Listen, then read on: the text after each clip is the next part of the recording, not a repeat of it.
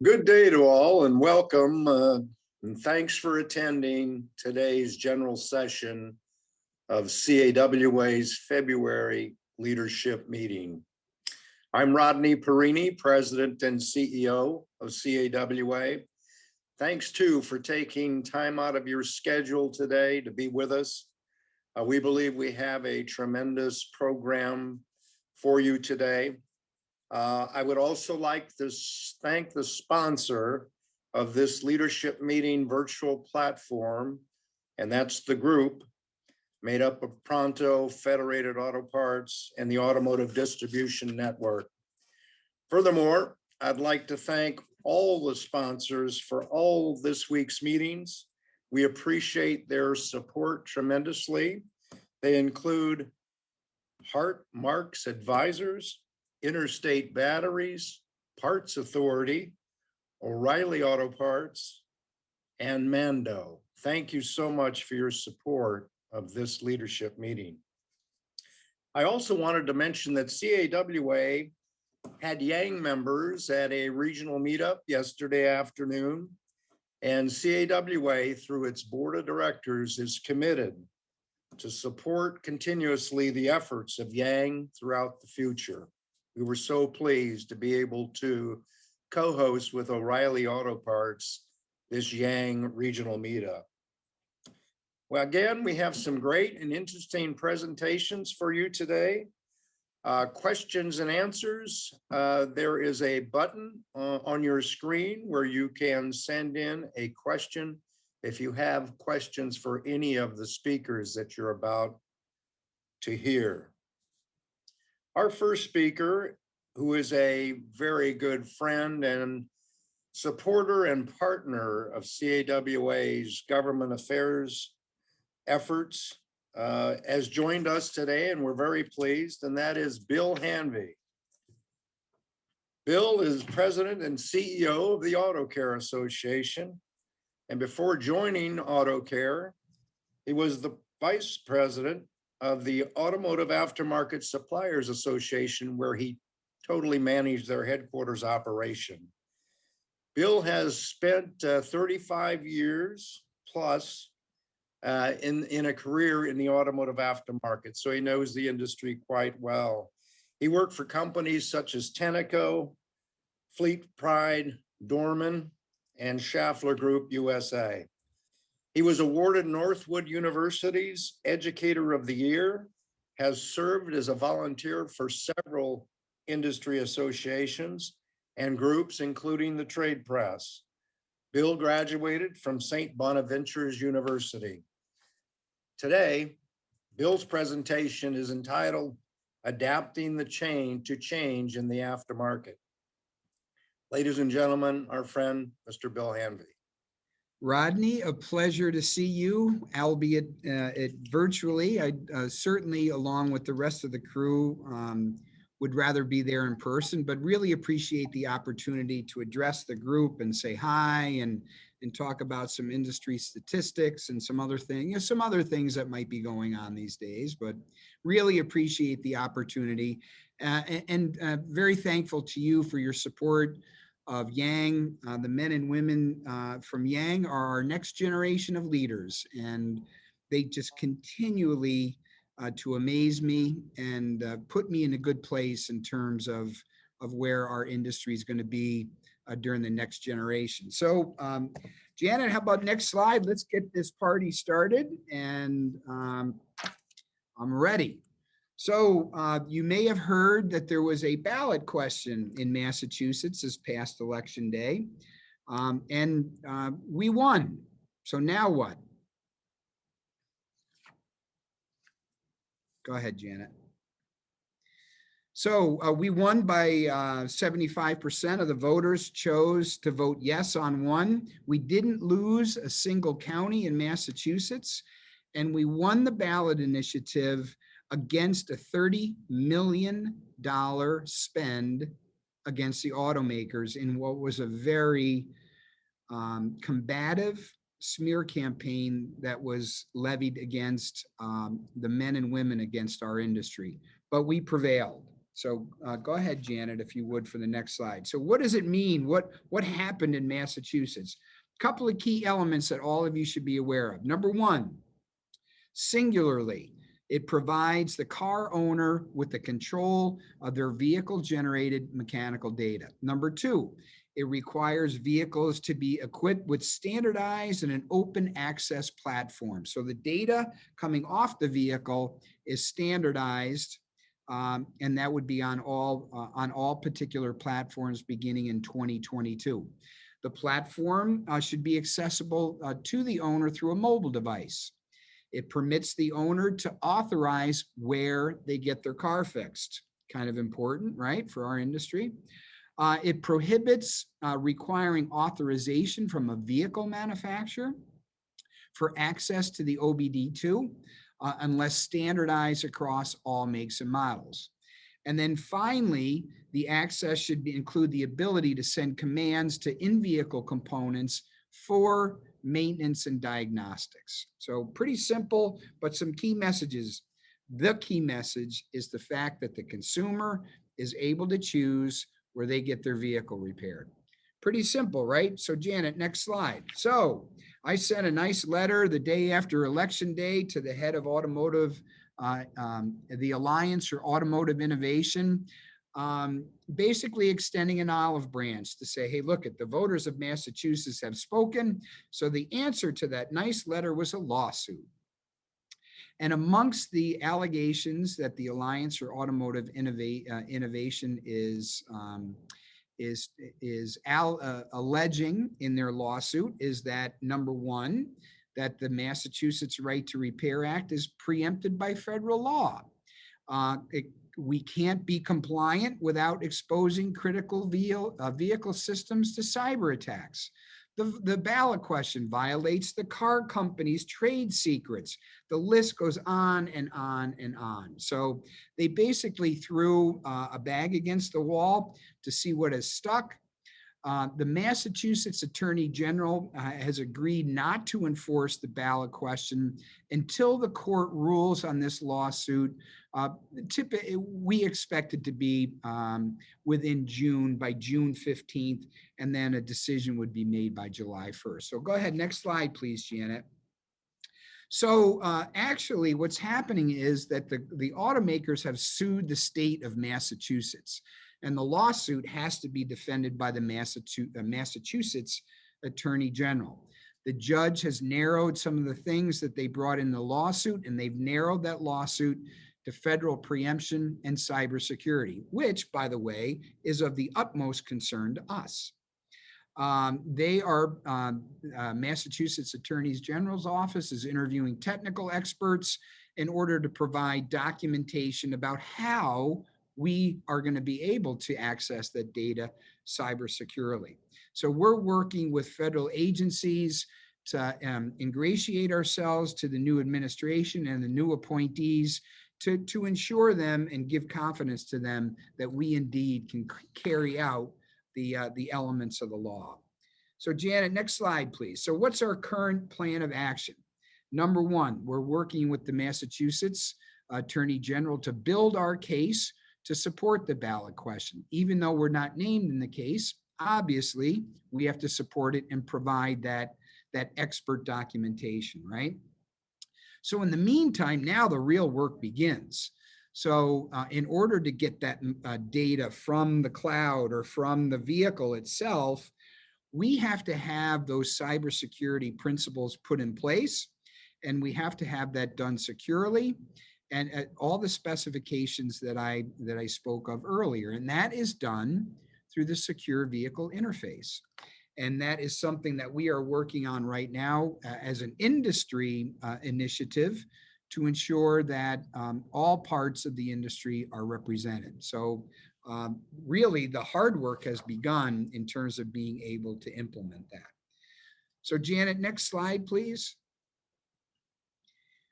So in addition to that, rather than go state by state by state, we are also in the process of creating a national or a federal Repair Act bill that basically has the same tenets as the Massachusetts Right to Repair Act. However, the partnership's a little different. So we're working with AASA, a division of MEMA. We're working with the CAR Coalition that also includes companies such as LKQ, insurance companies, and consumer groups, so that we have a very good joint approach to a national referendum or law on accessing vehicle data. So basically the same tenets as I spoke about, and we're working with our other groups to obtain a sponsor for the bill and develop language that would be included in that. We're trying to get that included as part of the transportation bill that should be upcoming. I've already sent a letter to Secretary Buttigieg, and just to introduce ourselves and our industry to the Department of Transportation new administration. Okay, Janet, next slide, if you don't mind. So the Repair Act, how can I get involved? I know that you're all asking yourselves that question. So this is an industry effort, right? And we need your support in order to be able to do that. And we have to keep pushing. So the best thing that we can do is, number one, our legislative summit is planned for September 23rd, right before Leadership Days or in the middle of Leadership Days. We suggested you go to AutoCareAdvocacy.org, where you can send a message to your local official about your support of right to repair and a federal bill that grants us access to vehicle data. Get involved, please. We need your help. It's great that we have associations such as CAWA, AutoCare, but you are the folks that drive the bus, and we need your help on that, and we need your support with that. So please visit the website, get involved, and tell your congressperson that we need their support. I'd be glad to, so that's basically right to repair. And there's just a few other things going on in the government affairs world, something called COVID-19, which has just so dramatically affected all of our businesses, all of our outlook, and we've all had to make sacrifices and shift the way that we think and the way that we do business. And so, we've been instrumental in declaring our industry as being essential. We're also working hard to make sure that the men and women within our industry are eligible for those PPP programs or ERC programs that are available. And we also have a COVID page on our website for more information. China trade issues continue to be obviously first and foremost in terms of how is the Biden administration going to look at tariffs? What's going to be their strategy or philosophy? Will they undo the trade practices from the previous administration? So that's something that we're working on with the Department of Commerce, and we're very closely aligned with them.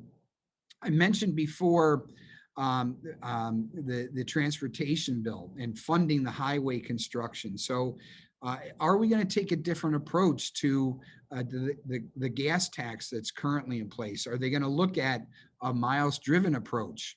So that'll be all interesting to see, but these are just some of the issues that Aaron and the government affairs team from AutoCare and Rodney and his team at CWA are looking at in the future. So Janet, next slide, please, if you don't mind. So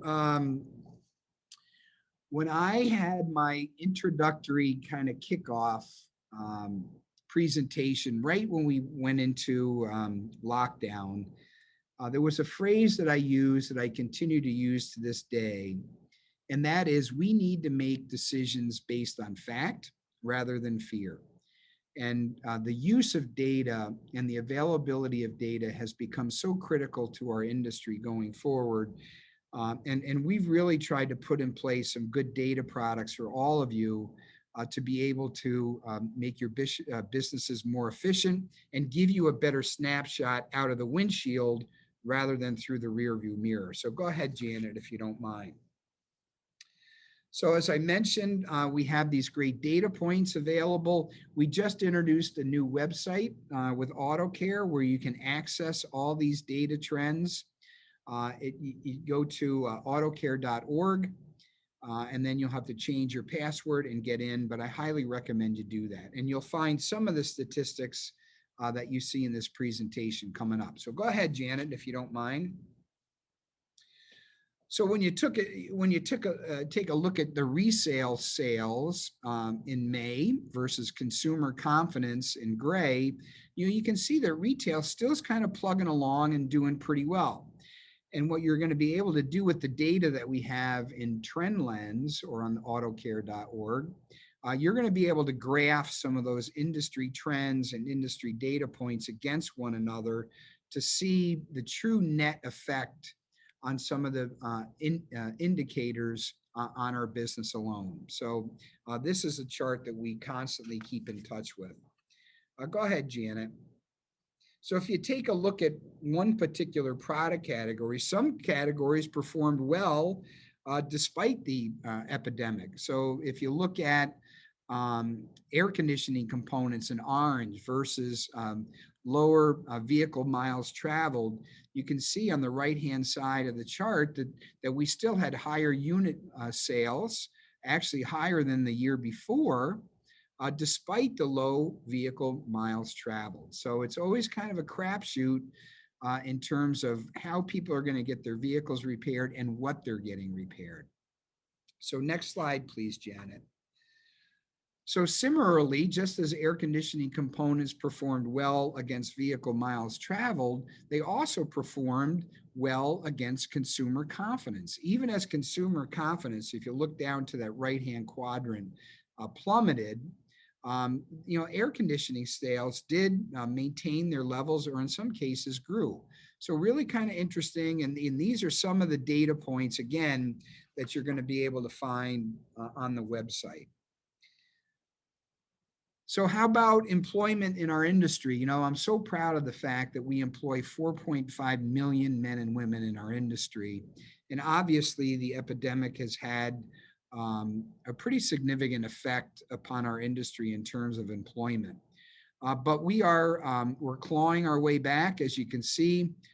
First quarter, end of first quarter, second quarter, employment plummeted. Shops were closing. Furloughed employees. You all know what happened.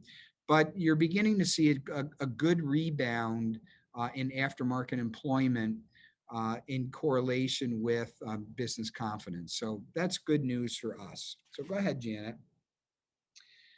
Bill Thompson from IMR is going to cover this next slide in depth in his presentation, but I did want to point out that, vehicle maintenance delay really kind of peaked out in August at 36%, and the majority of those maintenance delays were only by about 1 to 3 months. So did you change your oil this month? No, I did not. When do you plan on having it done? Well, between 1 and 3 months. So, that's pretty good news for us. And I'm going to let Bill elaborate more with his expertise. Next slide, please, Janet. And this is a slide that just really demonstrates the effect of lockdown and, what people are doing, A, with their relief checks, and B, with their time. They're going on YouTube. They're learning how to do a tune-up. They're learning how to do a brake job. They're learning how to do projects to improve their existing vehicle. And as you can see, the DIY rate rose to the mid 30% range in summer of 2020. So really an interesting dynamic. And who knows, with those people that tried DIY for the first time, maybe they'll continue to do their oil changes themselves or their brake jobs themselves. So that's going to be an interesting trend to see in the future. And again, Bill's going to talk about this a little bit more. Was the supply chain disrupted during the peak of the pandemic? Well, I think that's an obvious question. So more than half of our companies, depending upon the amount of employees, saw a disruption within their supply chain, whether it's from overseas, whether it's here in the United States, whether it's from Mexico. So we're all dealing with this supply chain disruption. And obviously the best way to overcome that is through good communication, good collaboration, and good data. All right, so Janet, next slide, please. So this is where, and this is what I love to think about and strategize about. So yes, vehicle miles traveled are significantly down, but what is going to come in and take the place of that? Are those miles going to be replaced? And if they are going to be replaced, what miles are going to replace them? Are we going to see more coast to coast driving rather than airplanes?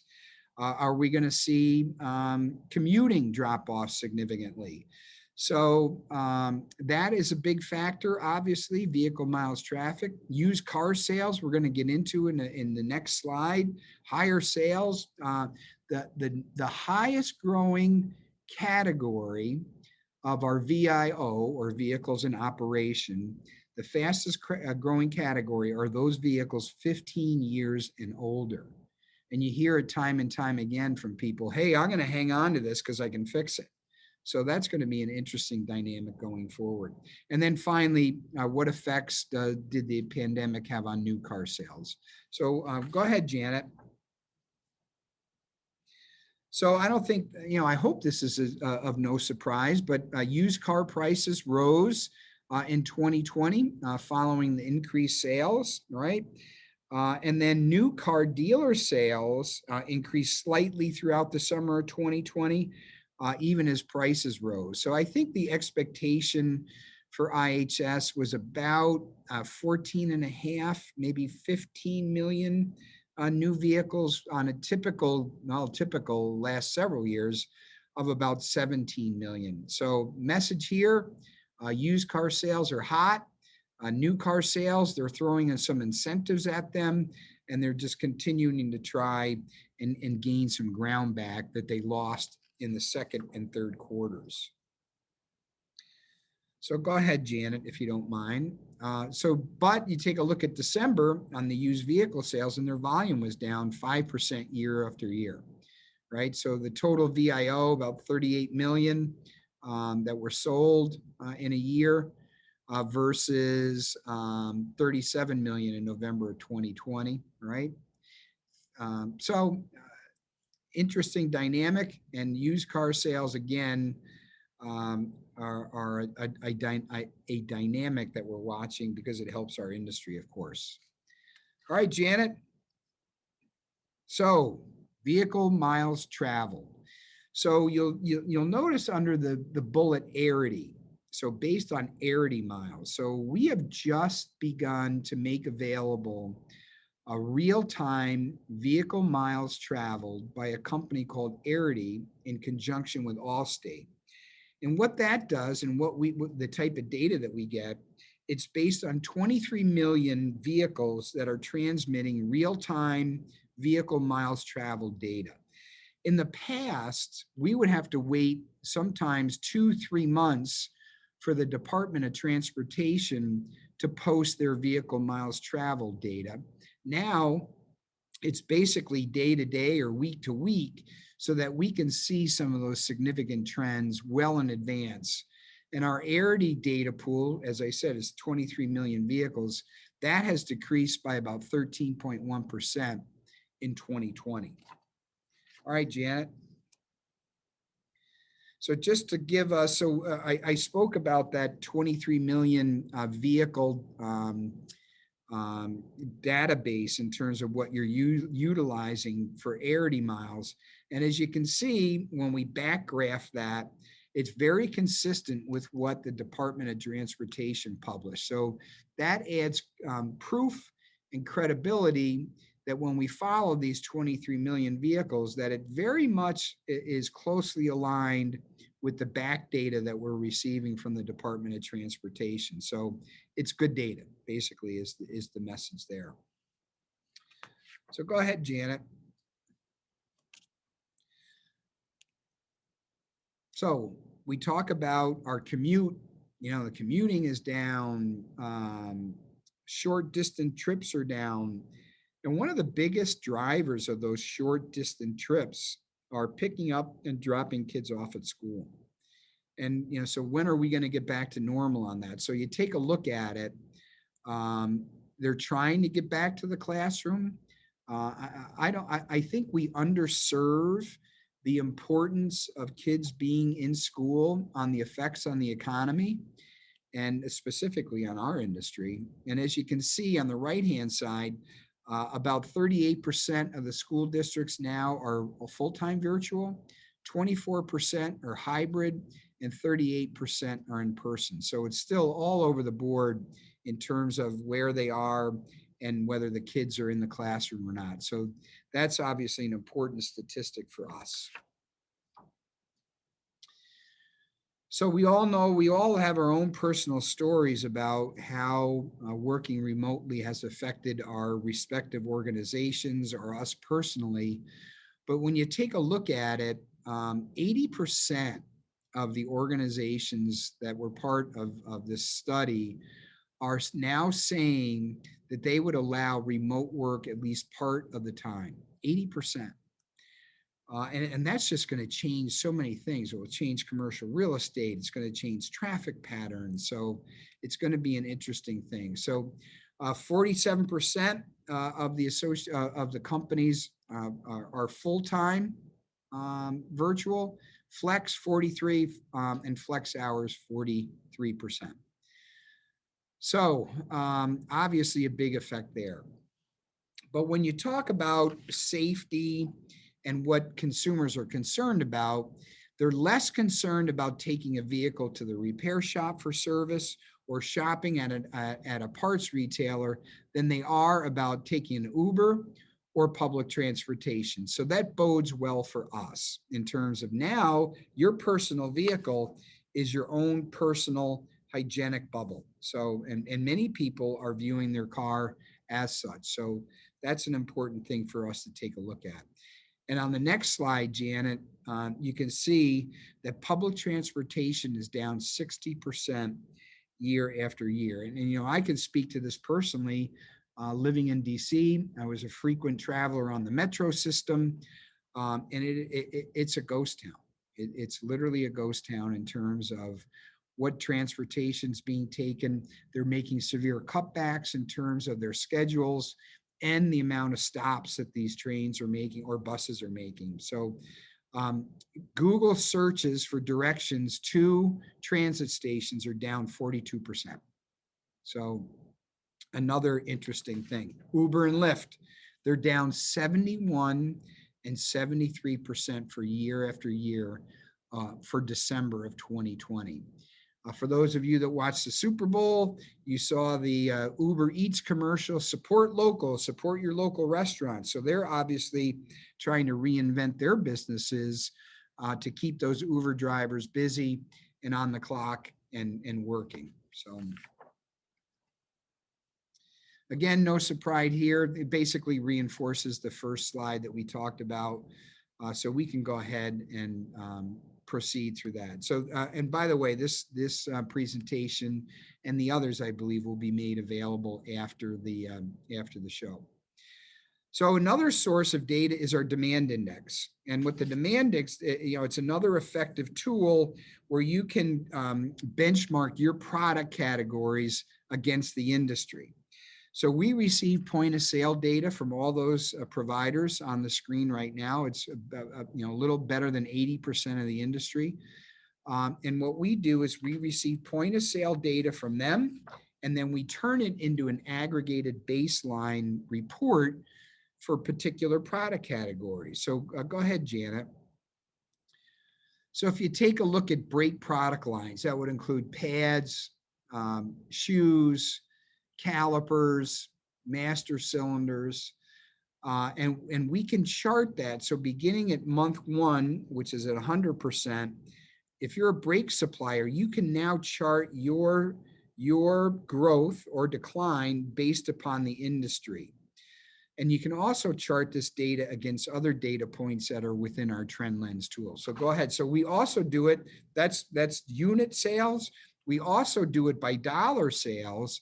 And you can also chart the two of those together to see if you had a shift in terms of pricing on particular product categories. So again, you lay in temperature, you lay in vehicle miles traveled, and you really can begin to see the net effect on some of these industry indicators on specific product categories. So go ahead, Janet. And then you take a look, you take a look at the effect on vehicle miles traveled on aware items such as brake pads. And guess what? It's pretty consistent. The more we drive, the more that we wear out our brake pads. So obviously not a elementary light bulb moment, but again, it reinforces the fact that there's data to support that. And there are some instances where the data does not abide by what you would think to be trends. So go ahead, Janet.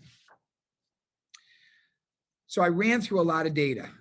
There's like I said, the data is available on the website. Please visit it. Please use it. It's there for you to use.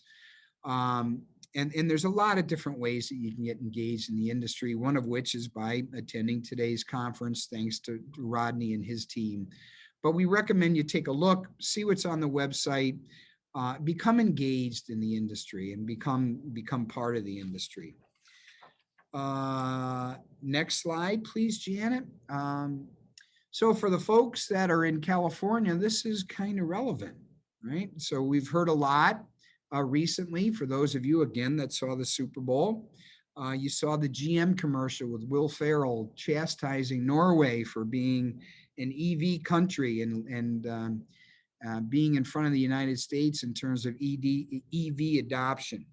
So with the big GM announcement recently, and with California now mandating 2035 as all EV, all eyes are upon EV. So here's a few stats for you. So go ahead, Janet.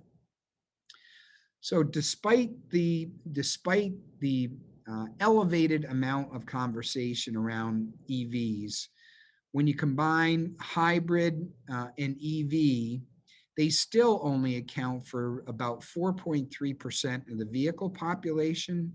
And of that 4.3%, 44% of those vehicles are found in California. So obviously you are seeing the effects of this firsthand. So go ahead, Janet. And this is a slide that probably is the most eye-opening in the presentation itself. So when you look at the total cumulative lifetime average of maintenance costs per mile, if you look at an internal combustion engine, they're at 61 cents. And then you get to a battery vehicle and they're at 31%. PHEV, that's anybody's call because I don't know what PHEV stands for. So I will move along from that. But anyway, the message is powerful, right? We're here virtually. Much to our chagrin, we'd love to be with Rodney and his team in Napa. But I think we've done a pretty good job as an auto care community, bringing ourselves together and making sure that we have the opportunity to network and see each other and share ideas and information. So what's happening on the auto care side in terms of events that might be forthcoming? So go ahead, Janet. So Women in Auto Care, the week of the 22nd through the 26th, they have an amazing lineup. And let me tell you, Women in Auto Care is another community of ours that has just been outstanding in terms of delivering content to their community members. So they have a week-long conference, about an hour and a half each day with a social event at night, whether it be a virtual happy hour, a virtual book reading or a book club, a charity auction. So that's being held virtually. Unfortunately, we had great plans for our Auto Care Connect conference where we were going to bring together two major communities of the Auto Care Association, that's Yang and ACPN, in conjunction with the Auto Care Spring Leadership Days. We were going to hold that in Orlando. Unfortunately, we're going to have to go virtual again for your safety. So Leadership Days is now going to be held May 5th through the 7th, Yang May 13th, and then ACPN the 17th through the 19th. In person, keeping our fingers crossed, we have another Women in Auto Care conference in Indianapolis in July. I mentioned previously our legislative summit in September here in Washington, D.C. AWDA and Apex, we are a go, and we are looking forward to that. And I can't wait to see all of you there. It is truly a valuable event for many reasons, but I've heard consistently that we want to get together again. So go ahead, Janet.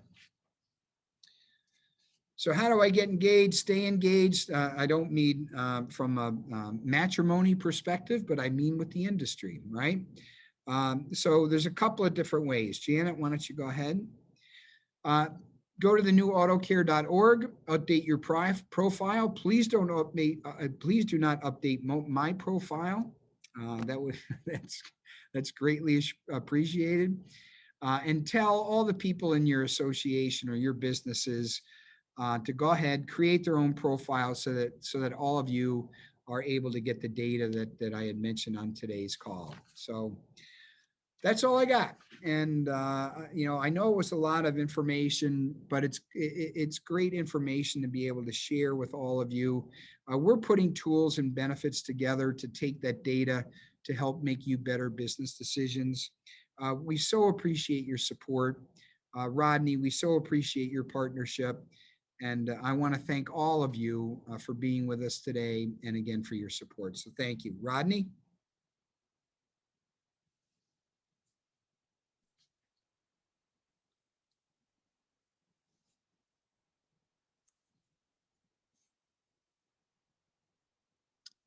Do we have any questions, first of all? Bill, we do not have any questions, but thank you so much for your wonderful presentation. Thanks, everybody.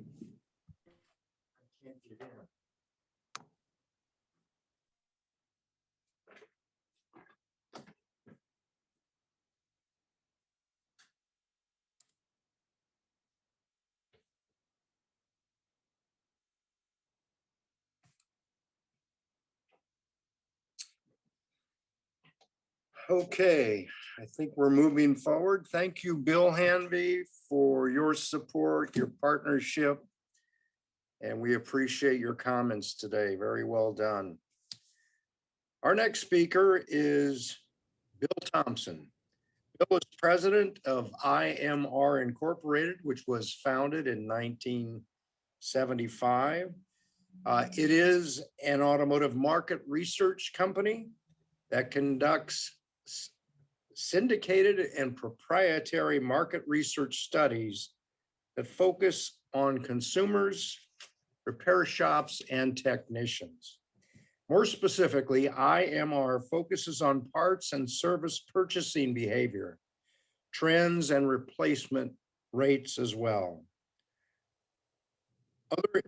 Other industry metrics. IMR's research is frequently referenced in industry association fact books, status reports, and industry publications. Bill today will be discussing vehicle maintainers' changing perceptions and behavior. And we appreciate him being with us today. Bill, please, your presentation. Thank you. Thanks, Rodney. Like Mr. Hanvey said, I wish I was out there when I told my wife that we could have been in Napa today. Her look on her face was a little priceless this morning because I hadn't told her. But at any rate, thank you so much for having me. I appreciate you inviting me to talk today. Rodney did a brief introduction about IMR, but I'm going to talk a little bit about what we're going to. Can you go back one slide, please? Thank you. We're going to talk a little bit about who IMR is today, just like for a second. We're going to talk a little bit more about where the research comes from. I think it's really important to understand the context of how we get the data and the insights we get, right? I think that's important because then you can contextualize what it is that we're saying or what I'm saying as we move through this. We're going to spend a little time talking about vehicle maintainers, right? How are vehicle maintainers feeling these days about certain things that are happening in the U.S.? We're going to talk about vehicle maintenance behaviors, delayed maintenance. Then we're going to talk a little bit more about their expectations of repair shops in particular, in light of how they feel these days. So next slide, Janet.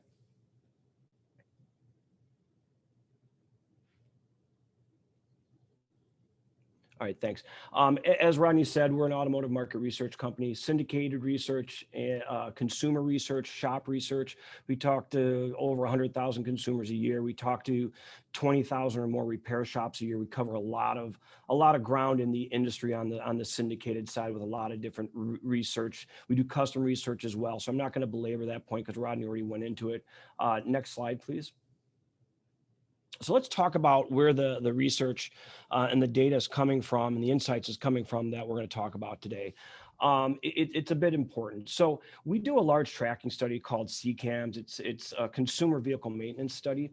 And essentially, we talk to 100,000 households every year, and those 100,000 households report back to us how they maintain their 170,000 vehicles.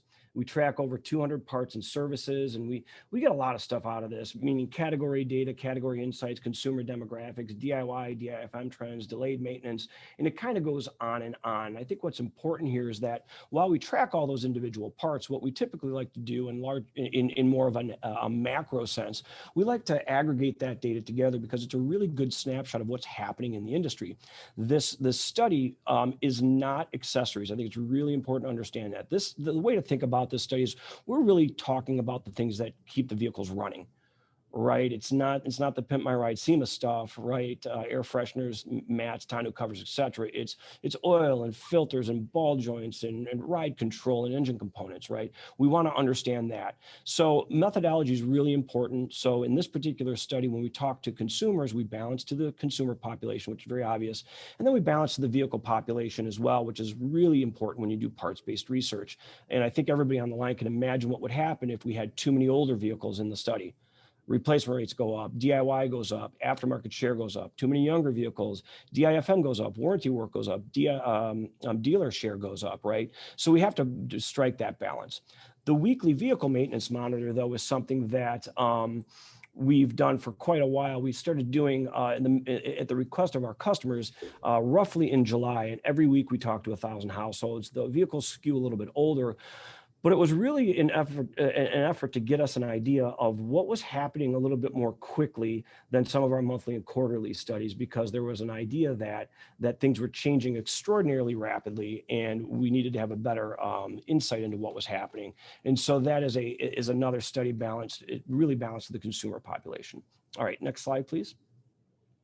So when I say how are your customers feeling these days, I'm really getting at your vehicle maintainer customers. When we say consumers, we really mean vehicle maintainers. You know, and there's other research that we do that really focuses on shops, repair shops in a similar manner as this. And I may throw in a couple of statistics here and there from recent research. But let's start with the first slide here. Jen, next slide.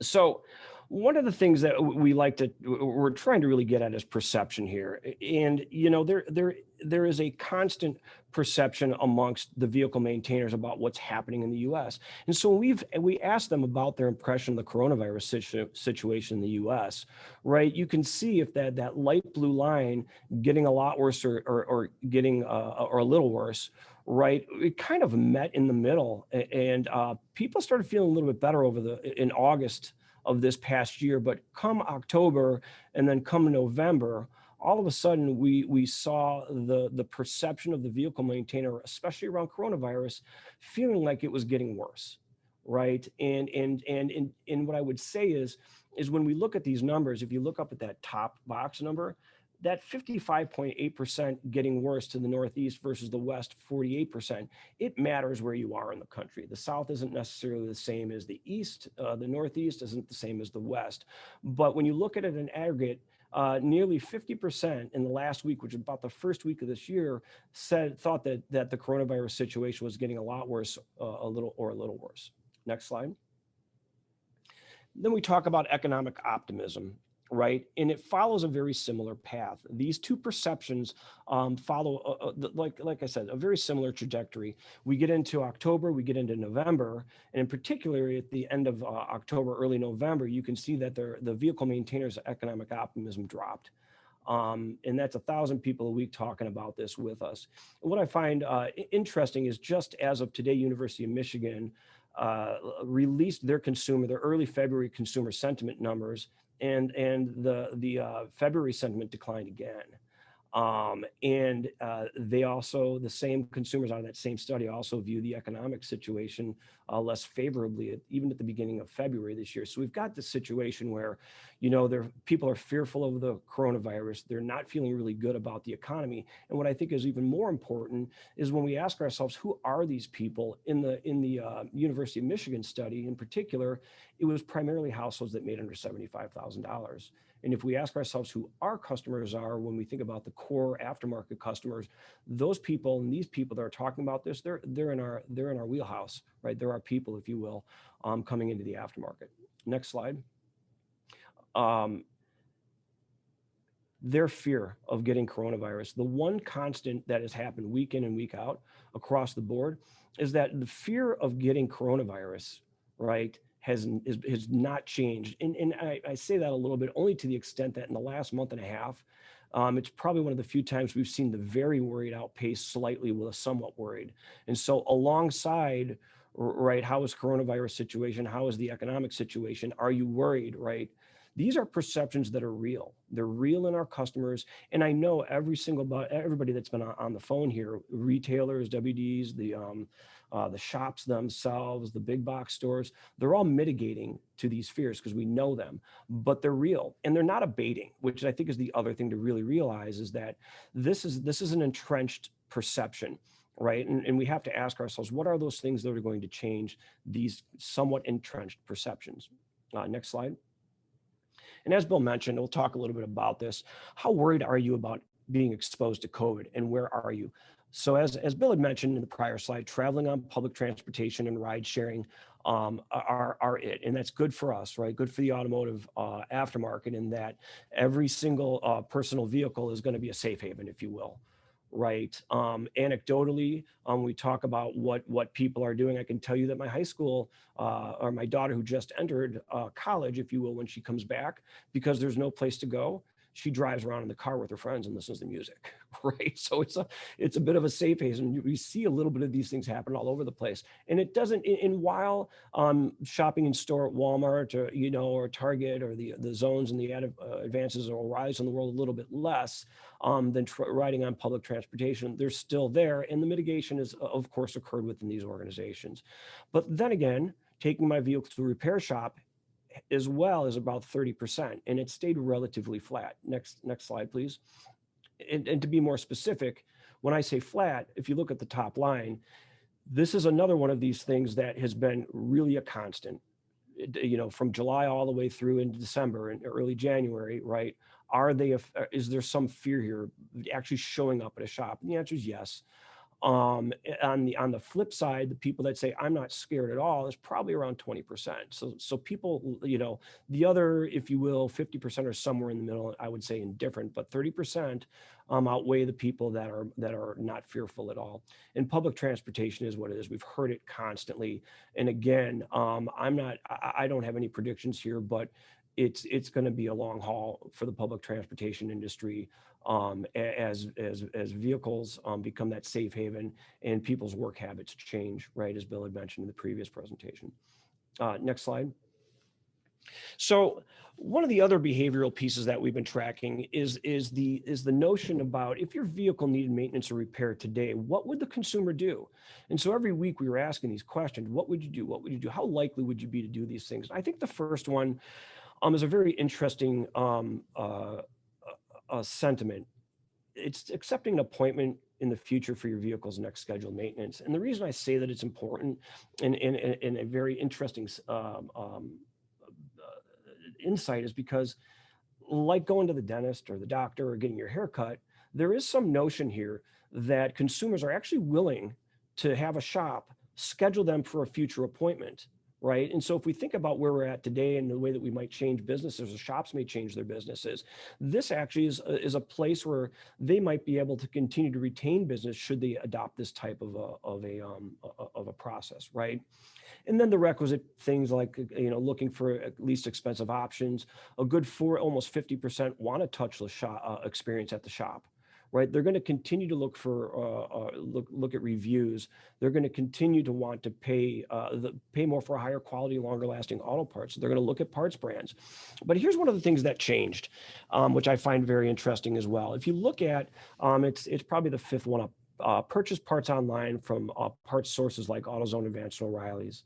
And then you see a couple of lines below it. Purchase parts from online-only sources like Amazon, eBay, and Rock Auto. So if your vehicle needed repair today, how likely would you be to buy online from either of these two places?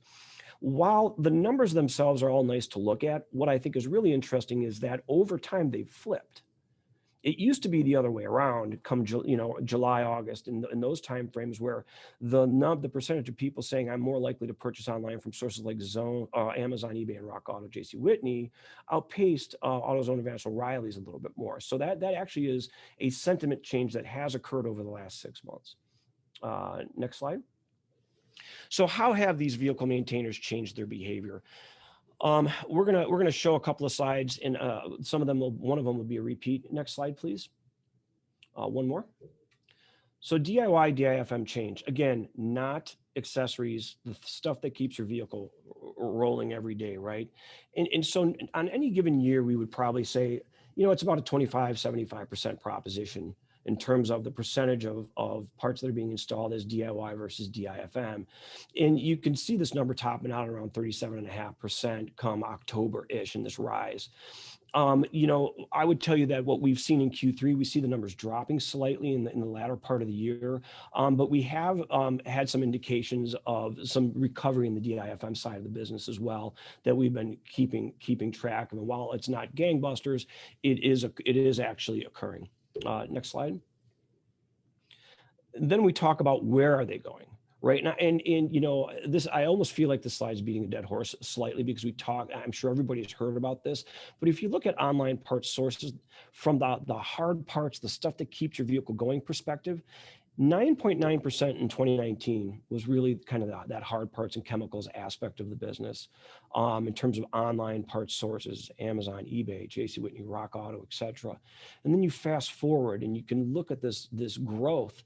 It's not for every sector, but as we've gone through particular categories, we've seen some amazing growth in places where we might not have thought that we were going to see them in the past. And it's really reflective all over the place. Some categories are different than others, obviously, but the growth is there and we've heard about it. But more importantly, as that growth occurs and we see more people coming in to be DIYers, right? One of the questions we wanted to ask was, and you see in that lower left-hand corner, percent of respondents as first-time DIYers. The question essentially is, they've come in and they've said, hey, I've done an oil change, or I've done a brake pad, or I've done an air filter. We then say, was this the first time you ever did a DIY repair on any vehicle? Ever, your first time ever DIY, right? 18%. And it's been a relatively consistent number, and it's supported all those DIY numbers that have gone in there. And the question that when I given this presentation before and the discussion around it's always been, how do we keep them? Right? We have these new people that are coming in as on the DIY side, at least, are we going to be able to keep them? If we are going to be able to keep them, how is it that we're going to be able to keep them? Because as I'll show you in a few minutes or another slide or two, I don't know that that's going to change. Next slide, please. And then when we look at DIFM, right? The good news here is that a good 85% of the folks are coming into the aftermarket, whereas we would have said it was probably 75% in prior years. Right. And so that's the silver lining here. And the independent repair shops, if you look at a category by category basis, we've seen erosion of independent repair shop share, but we haven't exactly seen that in this particular case across the board, which is good. What we've seen is the dealerships really take it on the chin, with some recovery in Q3, a little bit in Q4, but they just have not. They just were the first to, consumers were the first to jettison the dealership as a repair option for all the economic reasons that we would think should they decide to have the work professionally done and not go DIY. Okay, next slide. So delayed maintenance. Again, Bill showed a slide on this. Hit the next slide, please. There's a little bit longer of a tail on this for you. Here's what is important to me about this particular slide. When you look at Q1 2020, that 17.6% is a big number. And I say it's a big number in importance because it's the lowest number we ever recorded. So we were on this path. When we first started tracking it at the beginning of 2016, it was around 23 or 24%, somewhere in that range.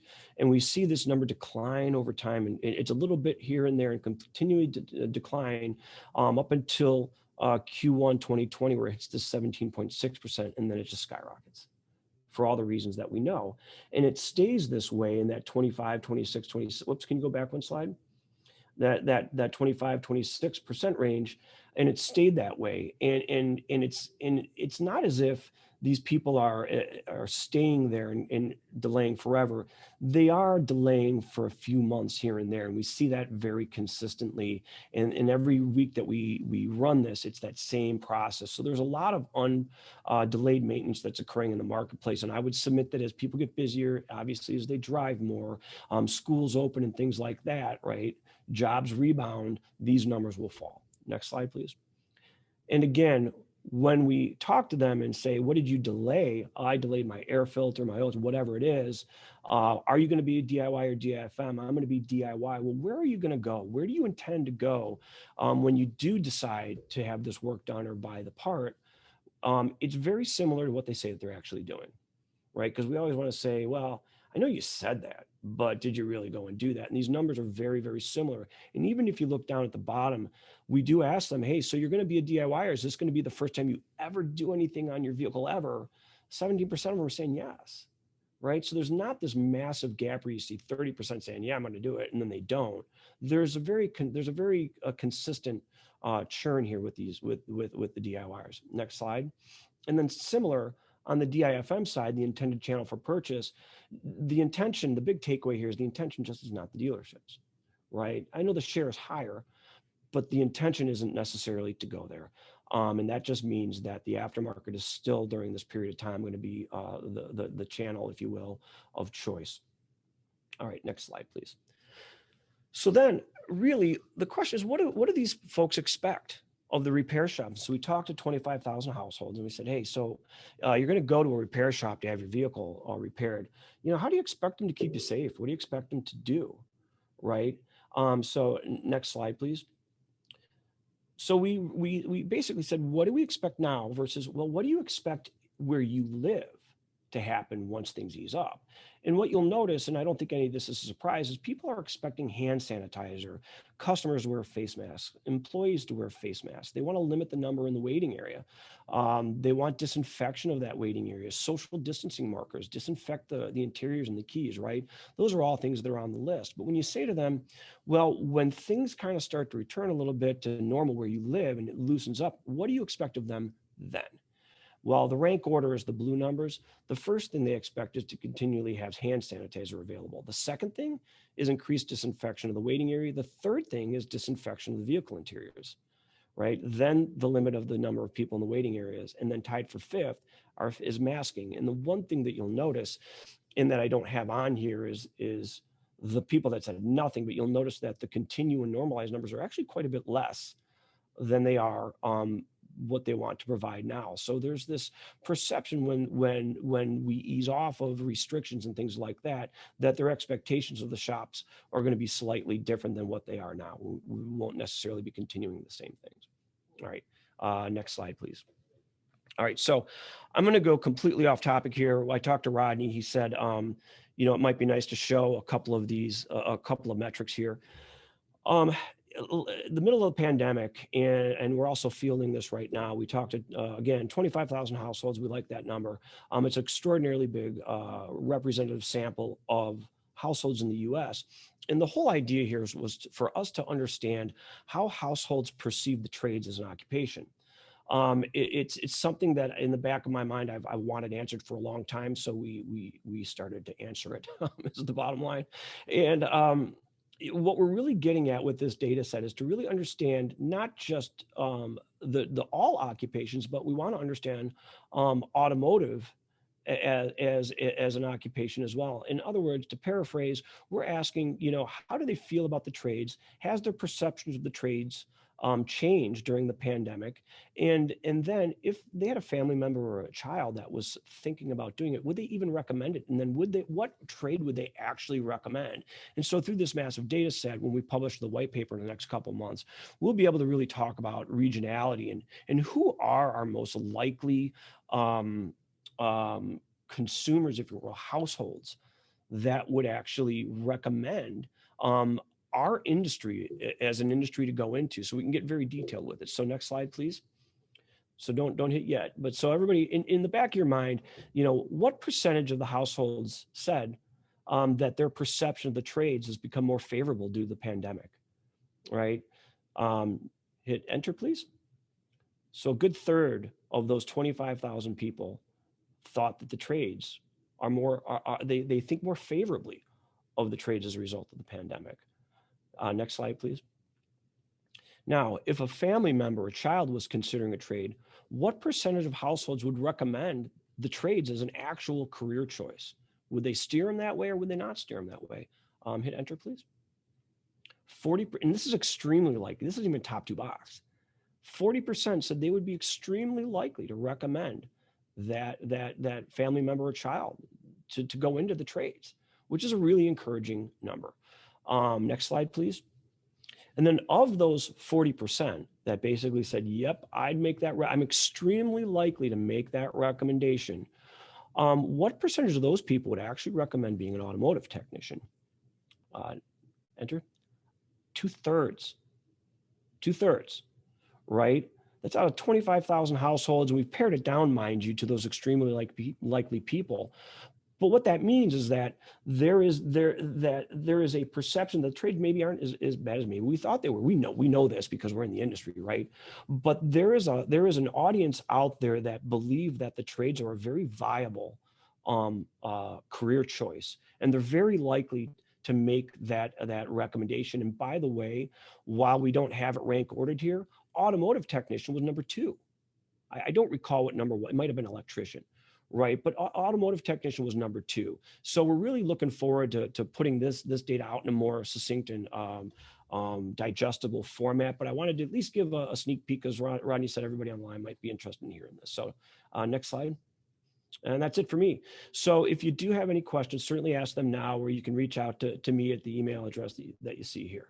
And I really appreciate everybody listening. Research can be a good thing, right, as Bill has said. So appreciate all your time. Thank you so much, Bill, for your very in-depth analysis and data. Very good presentation. We really appreciate you being here with us today. Okay, we're moving on. This is our third speaker of the day. His name is Daniel Laury, and Daniel is the co-founder and CEO of Udelv, a company pioneering in autonomous delivery. In fact, in 2008, with his team of engineers, he spearheaded the world's first public road autonomous vehicle delivery in the state of California. In 2019, his company had successfully completed more than 20,000 automated deliveries on behalf of a variety of retailers, including XL Parts in the state of Texas. Prior to his company now, Daniel founded and ran several companies outside our industry, including an independent digital marketing agency and the world's first free online lottery. Welcome, Daniel. Thank you for being here. It's all yours. Thank you very much, Rodney, for this introduction, and thank you, Janet, for the slides. It's a pleasure to be with you this afternoon and to be presenting something that is really the beginning of the greatest automotive revolution in more than a century. It's a double revolution: electrification and autonomy.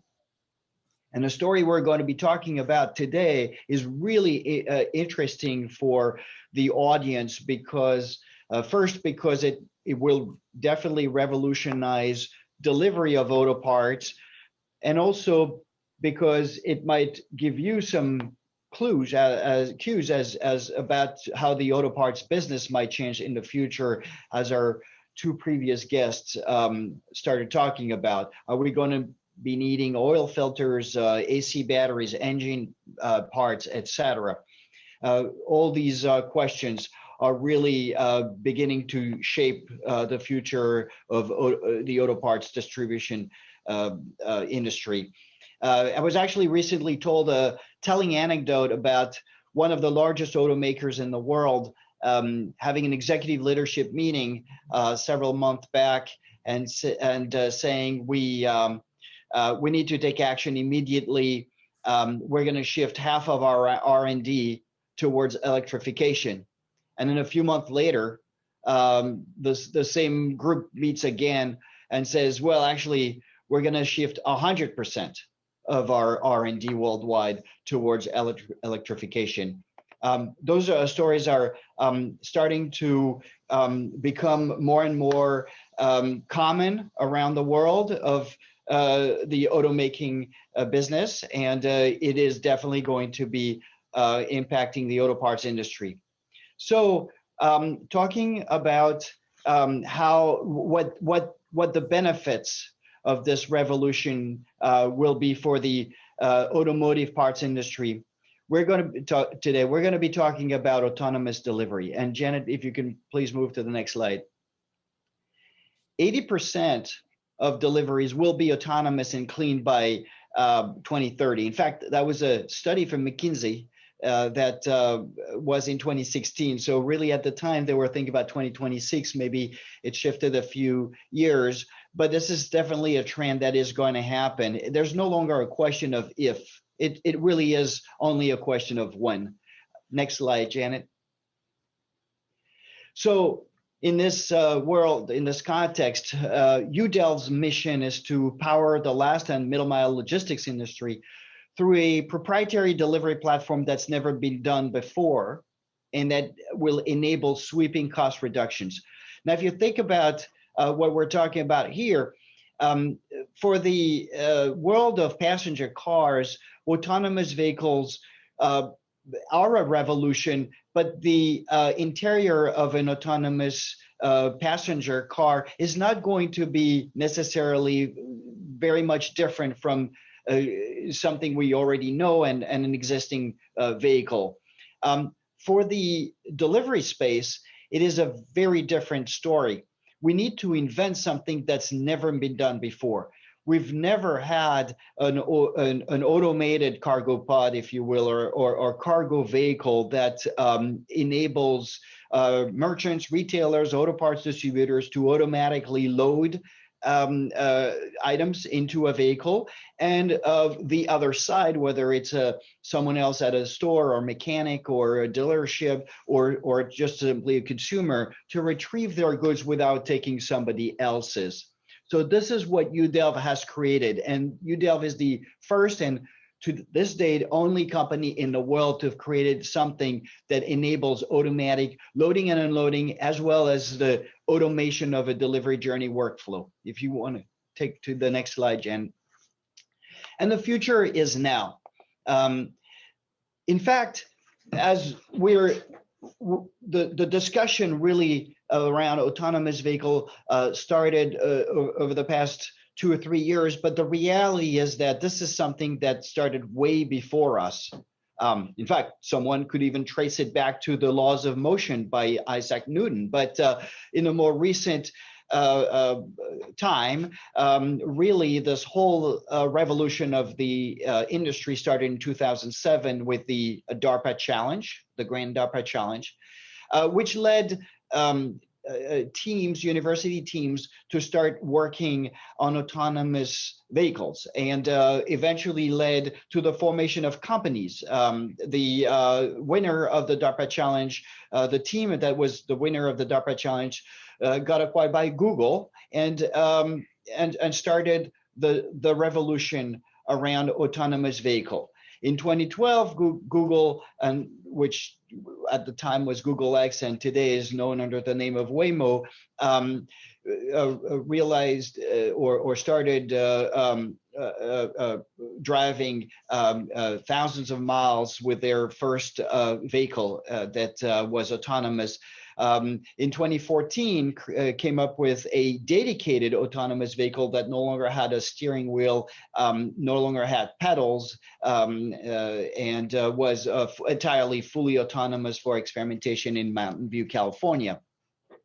A few years later, Udelv unveiled its first autonomous vehicle in 2018, January 2018, which was based on an electric platform, a Polaris Gem, which was limited to 25 miles an hour and was a system of fixed lockers on wheels.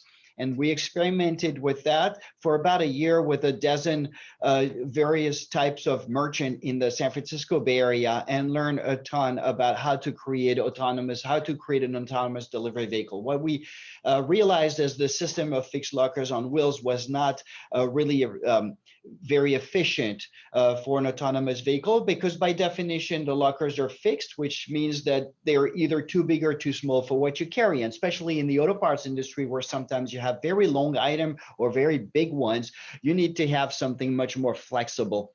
So in 2019, we unveiled our second generation vehicle, which had a incredibly innovative system of adaptive shelving space and an Ayres mechanism to create a door, that to create any type of rectangle over any type of shelf or number of shelves, and it's all software controlled on the back end, and you can handle this with just simply a smartphone, basically open and close the compartments from there.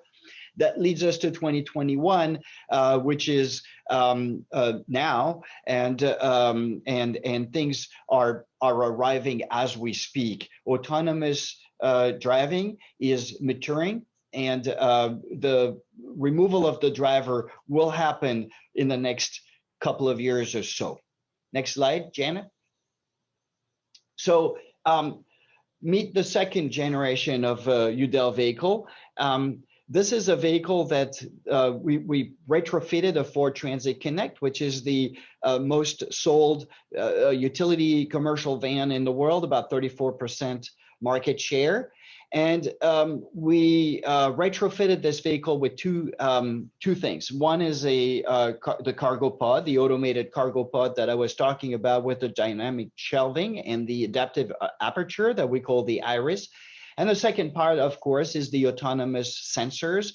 And here you have a suite of sensors that includes cameras, radars, lidars, which are active radars, sort of, with light emission, and networking and communication, so that the vehicle can be monitored and controlled at all times from the base.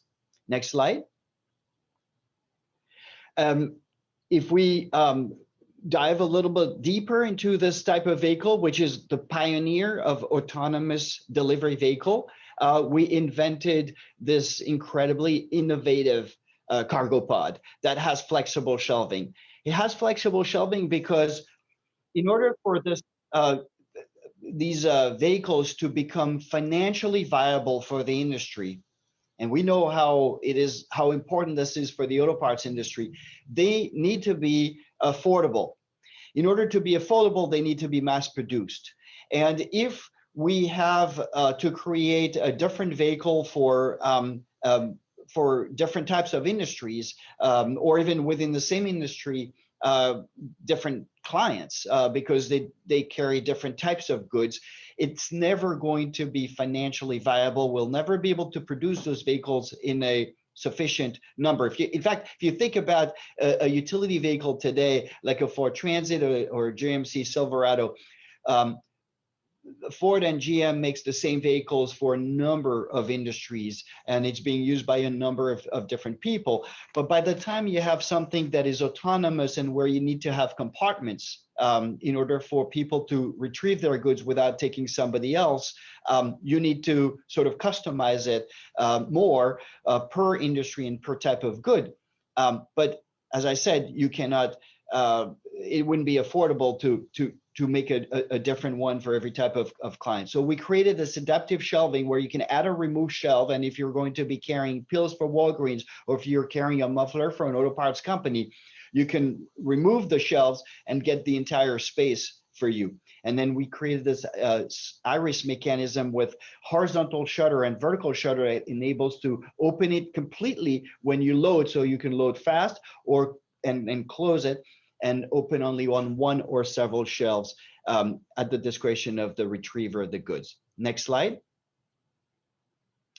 And with that, we created a revolutionary, what we call delivery management system, which is the entire cloud-based connected system to the vehicle to enable the control and the operation of the cargo, and make it work within the context of the autonomous driver on one hand, and the teleoperation, the telematics on the other hand, in order to be able to, at all times, know exactly where the fleet is located, what's been loaded. There is occupancy sensors on the shelves, and where the vehicle is going and exactly where the vehicle is. The question of where the vehicle is at all times with very high accuracy is not a trivial one. If you take the example of an Uber vehicle, for instance, the passenger gets into the vehicle, and at that time, the Uber driver will push a button on the phone to tell the server at the Uber headquarters that the passenger is in the car, and the vehicle can start the ride. And when the passenger exits the vehicle, the driver hits another button to say the ride's finished, now reset and prepare me for the next ride. But if you're talking about an autonomous vehicle with no driver, obviously no one is going to hit a button to do that. So the vehicle, it's called the state machines. The vehicle need to be knowing exactly where it is at all times in order to allow loading and to allow unloading. And this set of software that is very complex is what Udelv has called the delivery management system. Next slide. And this is all combined, of course, with an autonomous driver and a very powerful state-of-the-art teleoperation system. Udelv's created the world's best teleoperation system, which allows us to control the vehicle. It's quite magic. You can actually remote drive a vehicle thousands of miles away from our headquarters, exactly like if it were a video game, except it's the reality. With a system that is incredibly performing in terms of its latency, as well as its safety and redundancy. We created the world's fastest system with 105 millisecond glass-to-glass latency, which means that there's 100 milliseconds between the time the image is captured in the vehicle, in this particular example here in Houston, Texas, and the time that it gets to our headquarters in Burlingame, California, and the command is being sent back to the vehicle in order to for the vehicle to brake, accelerate, or turn. At the same time, this sophisticated teleoperation system is fully integrated with everything else, with the cargo pod, in order to be able to troubleshoot the vehicle. If, for example, someone for some reason cannot open the compartment, it is tracked on a map in order to know exactly at all times where the vehicle is located, and it's combined with with the LiDAR system in order to have a full view of what's going on. Next slide, Janet. This is here an example of why auto parts is perhaps one of the very first large-scale applications of autonomous delivery vehicles. The reason is that most auto parts distributors operate in suburban areas that have less pedestrians, less traffic, easier roads to navigate than the middle of San Francisco or the middle of Manhattan, and they're fixed repeatable routes. So those are two examples of routes that we're doing with Excel Parts in Texas. One is a point-to-point route, which is 5 miles one way, 5 miles the other way in a fairly easy environment. As the second one is a multiple point route with 2 stops and back to the distribution center. And this is done 9 times a day. Now, the moment you have 2 stops, you need to have this cargo space that is sophisticated in order to mix goods between the 2 stores, and also to be able to return goods to the distribution center the moment, if need be. Next slide, Janet.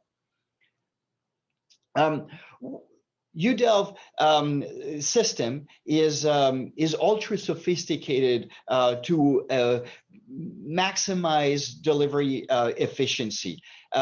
This is a gigantic data collection machine. We're collecting the dimension of the packages on all trips, the weight of the packages, the time it takes to load, the time it takes to unload, almost to the second. And we are following the trips on a real-time basis on a map, just like Uber is following passenger rides. And all of that is centralized into one operating dashboard that is accessible to the client to know exactly at all times where the fleet is located and the efficiency of the delivery, the number of deliveries that are on time, and what packages are being delivered. And it's also a system to create routes and to create orders on the fly without any human intervention. Next slide.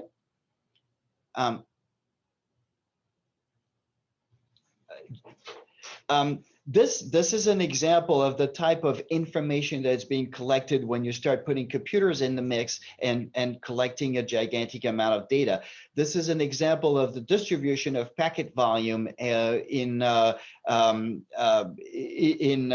a certain time for an auto parts distributor. This is really important because that it informs the number of shelves and how you're going to be creating your shelving space in the compartment. And in this particular case, you see that the bulk of the packages are somewhere around a few hundreds cubic inches here. That's where the bulk of the packages per day is. But you also see that there's a long tail up to very voluminous packages, or actually long packages that go up to 8,000 cubic inches. And this information is then processed at the level of the cargo space in order to make it the most efficient possible. With that, there's a ton of other data that are being collected. Next slide, Janet.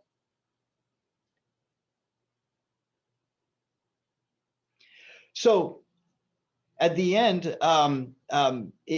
there needs to be a major benefit for an auto parts distributor, and the benefit translates into savings. What we're talking about here is a gigantic cost savings opportunity for the industry. Why? Because on average, labor represents about 65% nationwide of the cost of last and middle mile delivery. In some areas where labor is scarce, like the Bay Area of San Francisco, for example, or the metropolitan area of New York City, labor can go as high as 75%.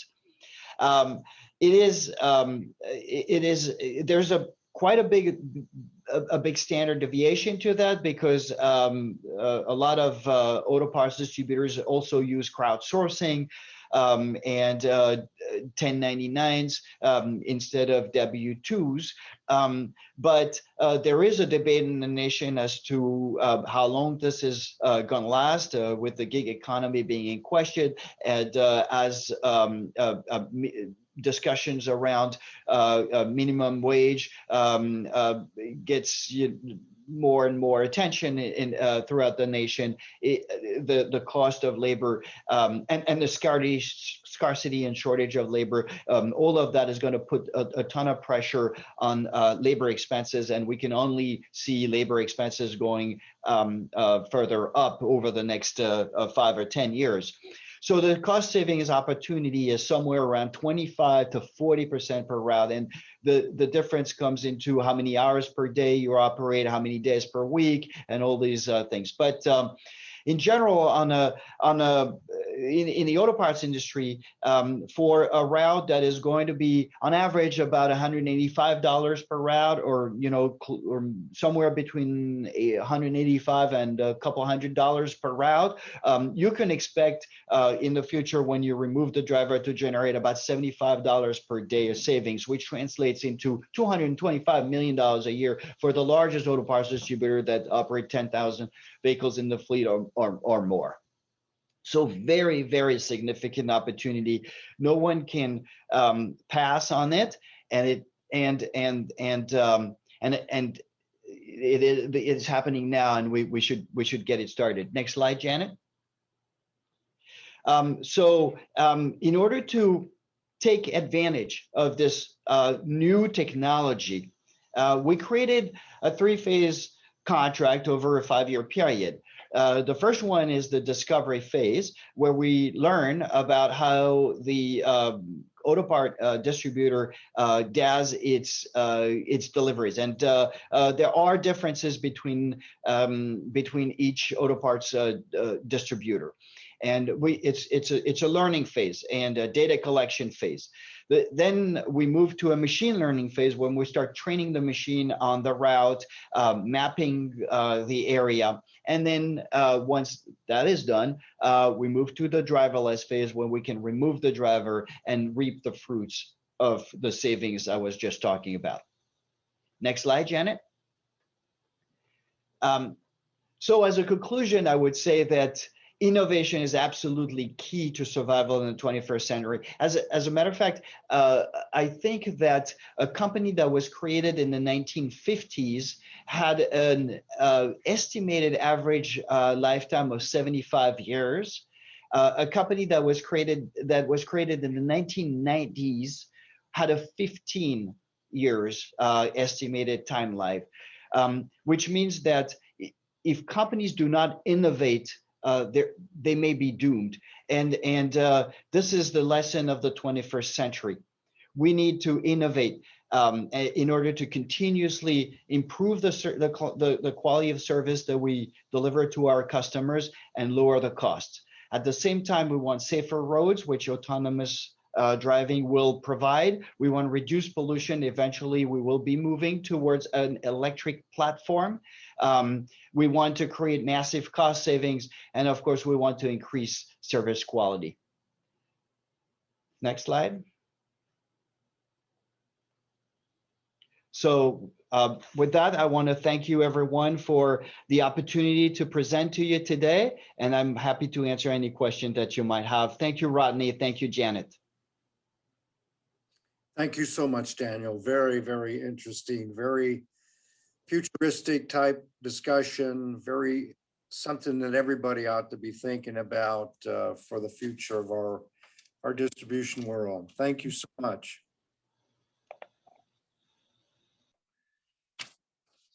Okay, we have our next speaker. Hopefully everybody's hanging in there with us. Great information today. Our next speaker is Joel Ayres. Joel has worked most of his 40-year career in the management and executive positions in the automotive aftermarket. He has served on the SEMA board of directors and has received many awards for his contributions to the industry, including Northwood University's Leadership Award, SEMA Person of the Year and Hall of Fame Award, and the Jim Boret Lifetime Achievement Award, to name just a few. Joel has been the executive director of the Automotive Aftermarket Charitable Foundation since 2015. Today, Joel's presentation is entitled Giving Back, Helping Our Own. Joel, take it away, please.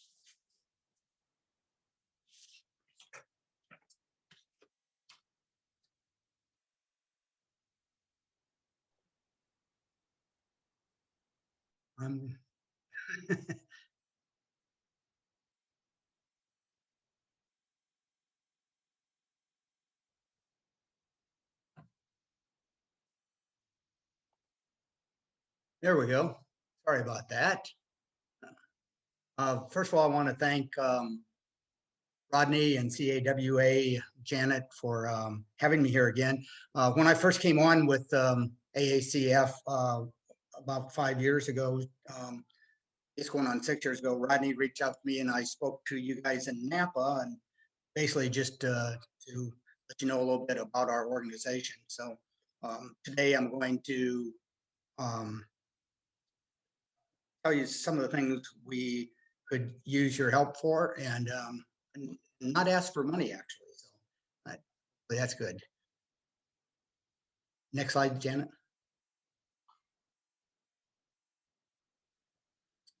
So we've been around for over 60 years. Matter of fact, one of our founders, some of you may know, Don Schlanger, is going to be turning 100 in May, and we're having a Zoom birthday party for him. Quite an accomplishment. But what we do is, as probably most of you know, is we provide financial assistance during these times of great need, catastrophic illness, accident, death, a natural disaster. And if it's outside of our guidelines, we help connect them to other resources. We assist with, best thing we do is speed. Most of our recipients, we can turn around if they're approved and have checks to them within 2 or 3 days. Next. Our mission is to provide a sustainable solutions for those in great need. And that's what drives us every single day to make good on our mission. So, and we're staffed by an experienced team of industry executives who donate their time to this worthy cause. Many of them are like your sponsors and some of your members, the Pronto and the Group, Parts Authority, Interstate Batteries, O'Reilly's, Auto Care, MEMA, and SEMA are all serve on our board and all donate their time and dollars to help the foundation. Next. What I want to talk about today is we need your help in letting the automotive aftermarket employees out there know we exist. And what we need your help doing is partnering with us in what we call our Awareness Partner Program. And it's no cost to your company. We don't even ask for a donation unless you want to. We always take those. It will demonstrate to your employees that first of all, you care about them. It can improve staff morale, especially when your employees receive help from AACF. And when we see that they have been, when they find out about us, we start getting applications come forward, and most of those are coming from our awareness partner companies. It's an easy and quick application and review process once we do get it, and you're helping give back to the team members that help build your company. Next. So it's very simple. So first, you just designate someone in your company, preferably the HR department, because they're the first to know usually if someone needs some help to oversee this program, and inform us of their contact information. After we get that done, we provide at no cost to your company the AACF awareness poster to put in a suitable location like break rooms, bulletin boards, set time clock. And then we can supply you with a boilerplate communication that you reach out to your employees and tell them that your company is now an awareness partner and that they can contact us or your HR department if they need help. Communicate to myself when those things are done, and then a copy of your logo and word mark so we can recognize you as a partner company on our website. There's other ways you can get involved besides the awareness partner, and that's employee campaigns and events. And as some of the groups that were talked about today, Yang did a promotion earlier this year where it was called the Yang 19. They asked to donate $19 or more to AACF, and it was quite successful. Parts Authority, one of your sponsors here today, did a battery promotion with their locations and their battery suppliers on donating a portion of their battery sales back to AACF. So there's ways you can come up with if you want to help. And this also gives us then more awareness again, so we can help people. So here's some examples from other ones to give away ways that were done with different companies and stuff. The idea behind this is not only raises money for us, but again, it gets the word out there of what we're doing. And again, our major goal is we want to help more people in our industry. And we are the only charity that specifically helps people in the automotive aftermarket. No other charity. There's charities that may overlap and help people, but there's no other charity that focuses directly on the automotive aftermarket. Next. These are a few examples of people we've helped from marketing, from management to engineers to custodians, key people in your organization out in the shop, shipping and receiving, et cetera. And it's all sorts of different stuff. I get to review the applications along with our recipient committee, and it's pretty touching on some of these stuff and how appreciative they are when we can come in and help. The young man on the right here pictured terminal cancer, and he was with O'Reilly. And, his major worry was he was a single dad of being able to take care of his daughter while this was going on, and we were able to give him that peace of mind. His family is very appreciative when they talked to us about that. That was one thing he didn't have to worry about while he was going through treatment, passing on. Next. So it's really as easy as 1, 2, and 3. So there's 3 ways to give: is either donate, sponsor a annual trust, or create an employee or customer fundraising campaign. 2 is ways to connect, become an awareness partner, and refer someone in need that may be in your organization or someone you just know. And the applications is easy. It's an easy to apply, and it's very confidential. And we can forth and do our job and help these people. So what I mostly wanted to do today, and I know you've sat through some long presentations, and some of you are wanting to get lunch or have gotten it, is that we need your help in getting the word out so we can help more people. That's simple as it is. And one of the best ways is to have your company become an awareness partner company. You would get in touch with us, and again, there's no cost to your company. It's very easy to do. We supply all the materials. Just need your help in getting the word out. Next. So by giving back together, we're helping our own. And that's kind of what we do. And we've been doing it for a long time. We just want to help more people. That's our goal, is to get the word out there to help more people.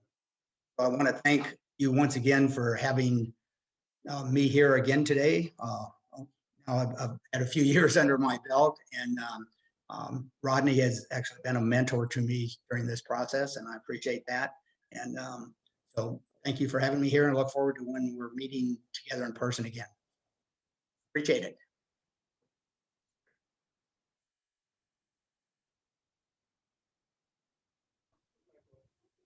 Thank you, Joel, for your wonderful presentation.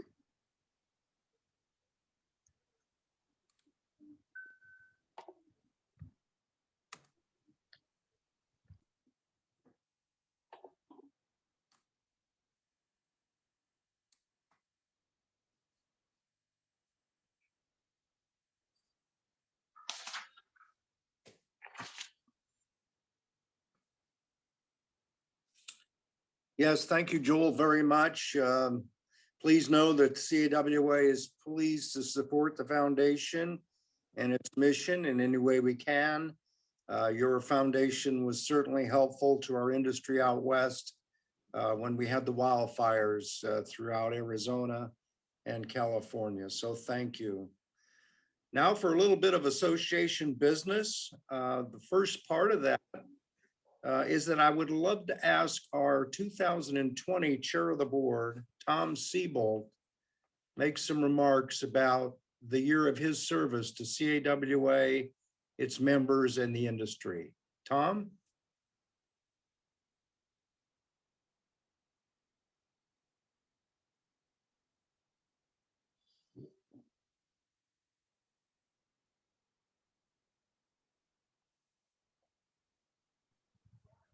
Rodney, I don't believe Tom is online. Okay, I know that Tom had a family issue that he was hoping to be with us today. Sorry that he cannot be. If he shows up before we close out here, we will certainly ask Tom to make a few comments. Now, what I'd like to do is to introduce young Sir Junior, CAWA's treasurer and installing officer for the 2021 officers to the board of directors, and asked Young if he would start the installation ceremony. Young? Thank you, Rodney. Yeah, I had the pleasure of installing the new officers for 2021. But before I did that, I just wanted to mention a few things really since I've been attending these meetings, I've truly been humbled by the leadership from the past officers, committee chairs, and frankly, all the members, everybody who's a member of the CAWA. To me, it's impressive because CAWA is comprised of so many different segments. There's manufacturers, there's WDs, the wholesale distributors, there are national retailers, repair shops, agencies, buying groups, consultants, and even the logo. When you look at the logo, you see California and Nevada and Arizona, but really, CAWA sets a precedent for the entire country. I think that was mentioned earlier today. And it really takes a special type of leadership to understand how everything fits together and move our industry forward. So it really does amaze me how everyone here does this so well every time we get together. Rodney, I just want to say thank you for all you do year in and year out. You are our constant, you lead us all. And the CAWA does exist because of you. And you work every day to grow the industry and make it a really good place for us to be. So thank you very much. And Mike, I get the pleasure of introducing you and installing you as our new chairperson. I met you in 2008. And honestly, I hope to know you forever. Hanging out with you over the years, I've learned a lot. Yeah, you've taught me a lot, but more importantly, I've laughed even more. So thanks for that.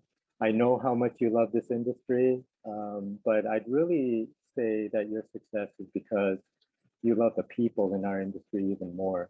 So I know there are a lot of people here or some of the people here have known you longer than I have, and they would agree to that. So we all look forward to your chairmanship, and congratulations.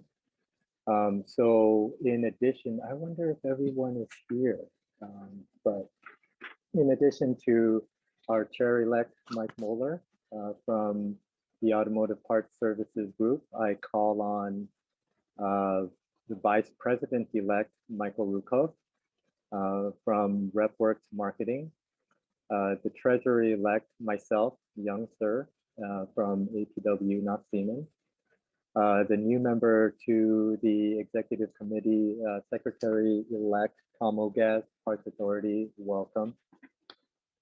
And the immediate past chair, Tom Siebold, who I guess is not present, but I guess I could continue to install Tom. He is from Siebold Consulting Services. So why don't I just get on with it? And let me see.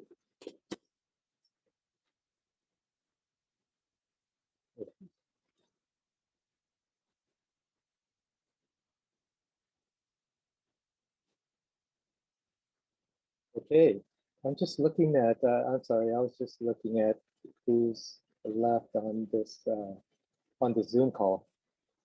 And if I'm correct, there's 7 of us.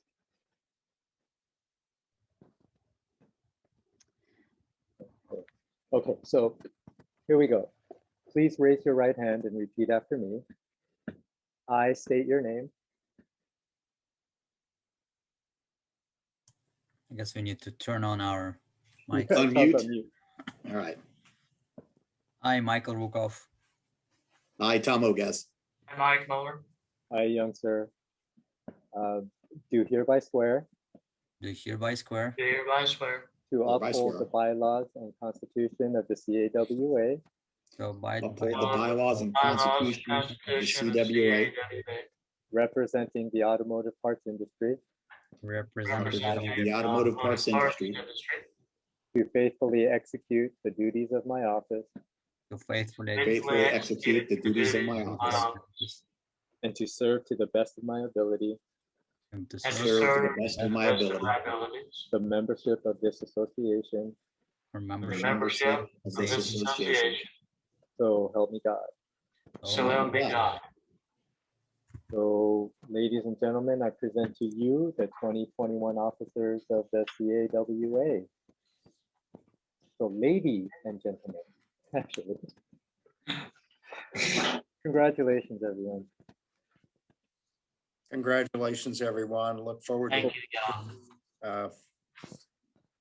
for the benefit of the association, the industry, and our membership. We really appreciate your commitment to volunteering at a higher level at CAWA. We understand Tom Seabolt is en route. And I'm here. there he is, Mr. Seabolt. Please tell us a little bit about your experience in 2020 and the things that were accomplished under your guidance and tutelage. Well, 2020 started out, the very first part was pretty good. And we had our meeting and at Silverado and things went pretty well. And then after that, everything changed. And I guess we held the first, not really virtual, but we had some conference call meetings in June instead of getting together. And, that was a challenge, and this is kind of taking it to another level, the way we've done these meetings and stuff. But I think some of the things that happened, and Rodney does a great job and the staff, but we're represented on the Bureau of Automotive Repair advisory group. That I think is a big deal. They've got the AB 471 that everybody knows is now in committee, the California inspection program, and that affects about 850,000 vehicles a year. So that could be really good. We continue to educate legislators on the value and importance of what aftermarket replacement parts are good and not to allow right to repair and stuff like that, for the OEs to be able to try to squeeze the aftermarket out. So that happens ongoing in the states that CAWA represents.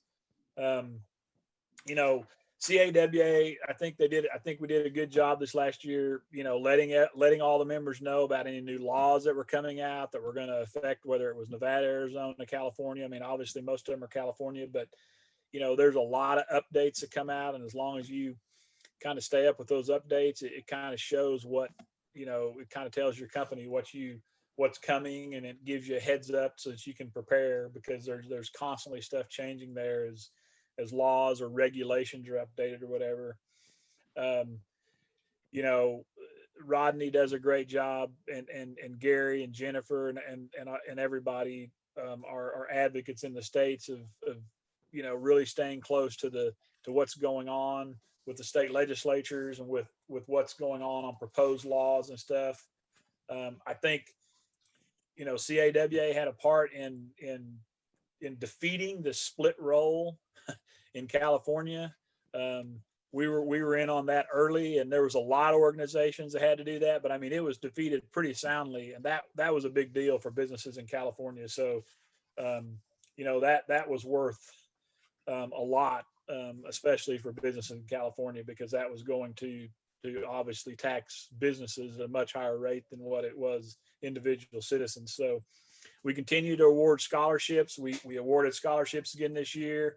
And then we have, Bosch OTC, they step up and they give us a scan tool to give to the top student.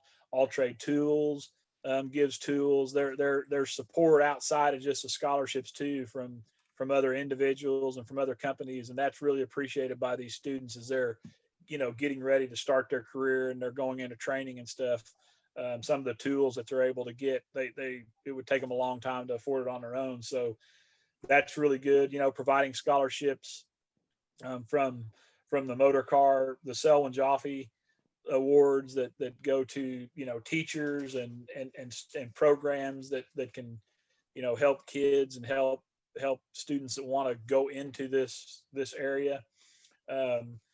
Those are things where we continue to help help the industry grow and bring in young people in the industry, and young people need to come in the industry because there's a lot of old people like me and others that are, we're not going to be in it that long, or we're already partly out of it or whatever. And then I think the health trust that we've done in Arizona and Nevada that we've talked about, I mean, we got those really up and going much stronger, and those have been really good. So 2020 was a challenging year. I mean, everybody had their challenges, but I think, Rodney's leadership and the board and the executive committee, I think we did a pretty good job, migrating all of this kind of new landscape. And so I'm proud of what we did in 2020, even though it was, much different ending than how we started, with Apex being canceled and everything. It was just a different year. But I think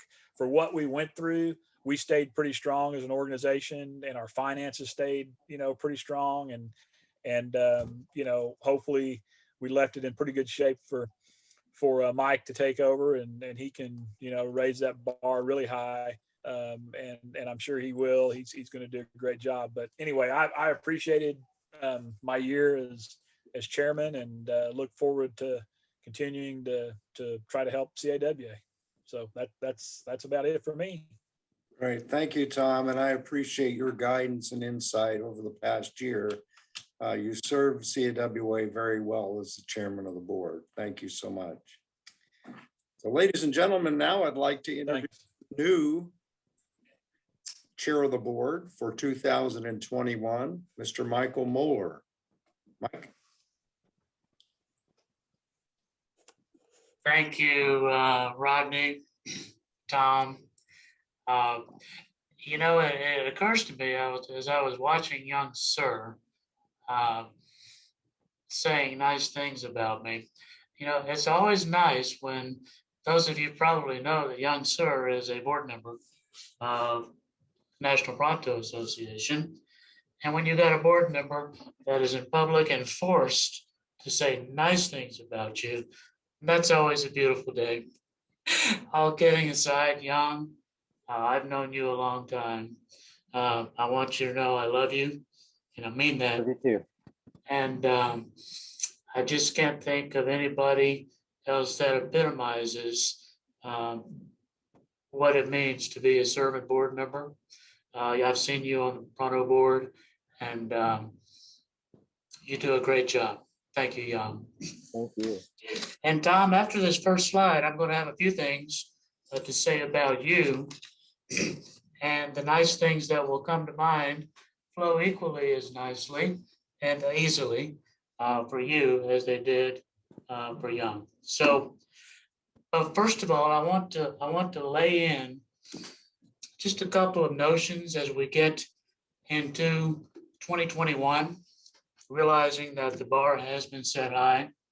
I'm not very tall and I can't jump very high. So Tom, that bar may not have to be as high as you think. I hope it's not, but I hope it is. In all seriousness, I want to welcome everybody and congratulate you for being here. Given the existential problems that we had in 2020, all of the macro and the micro challenges, just to be here and to be counted and to serve notice that we're here, and we're strong and we're vibrant, even though that we know challenges are still coming. When you think about the challenges, we know that it has really redefined and challenged every notion that I'm aware of how we live our professional lives, our personal lives, our society lives. But in that, I think many of us would say that we've had to evolve, and we have, and we're learning new ways to thrive. During this talk, not only do I want to lay out something to think about for 2021, I want to spend a moment on time-honored notions like leadership, stewardship of the industry. I also want to talk about three types of people, not necessarily according to me, but according to people that are smarter than I am. I'm just good at taking notes and reading a lot, right? But nonetheless, I want to talk to you about, broadly stated, three types of people. And I also am going to take a little bit of a different route, and I'm going to take you on a journey, an introspective journey, as a guy that's been involved with CAWA for a number of years. And the type of process I went through internally, going through the chairs and trying my best to prepare myself to be the very best chairman I know how to be, on the way to finding out what kind of person I am, person 1, 2, and 3. But before I do that, we have to celebrate our successes, have to honor our leaders. And Tom, I'm going to say some things about you that you would never say about yourself, but I'm going to do it, and I've got the mic, so you're going to have to listen to me. Okay. There is a quote that I like to use a lot, whether it's in my daily lexicon, business-wise or personal, and it is, a lion will never have to tell you that he's a lion. And I want to rephrase that a bit. I want to tell you that a leader, particularly a volunteer leader, will never have to tell you that they are a leader. You just know. You know by their deeds, their actions, the way they carry themselves, and you know by their effectiveness in a very tough position. Out of all the types of leaders you think about, and next slide, please, Shannon, I'm sorry. You think about autocratic leaders, you think of participative leaders. We've known all sorts, but I think one that doesn't get enough press is probably the most dear and the most sacred, at least in my mind, and that would be the volunteer leader. You think about the process of consensus, the process of talking about big ideas with people who matter and eliciting response and action, all in addition to your day job. And the difference is, in your day job, you've got autonomy to go with the responsibility. When you're a volunteer leader, as many of us know, particularly if you are running associations, Rodney, you'll know this, when you have a fiduciary responsibility, in addition to your day job, it's very difficult sometimes to motivate other people who have day jobs. It's just a very, very tough thing to do. So I thought two things I want to mention about this slide. First of all, I think leadership and stewardship go together. They're perfectly manifested in you, Tom. Your day job, Vice President of Merchandising for O'Reilly Auto Parts. And I look at your record of volunteer service. I went back as far as 2002. Whether it's for your church there on the board, whether it's running through the chairs of Auto Care or CAWA, despite the demands on your time and your day job, you've been impactful on a lot of different areas that are important to all of us on the phone or on the web call today, indeed the industry at large. So I'm not about to let this opportunity get by me without thanking you. And I want to also say this, and I think it bears saying right now, there's three types of people, right?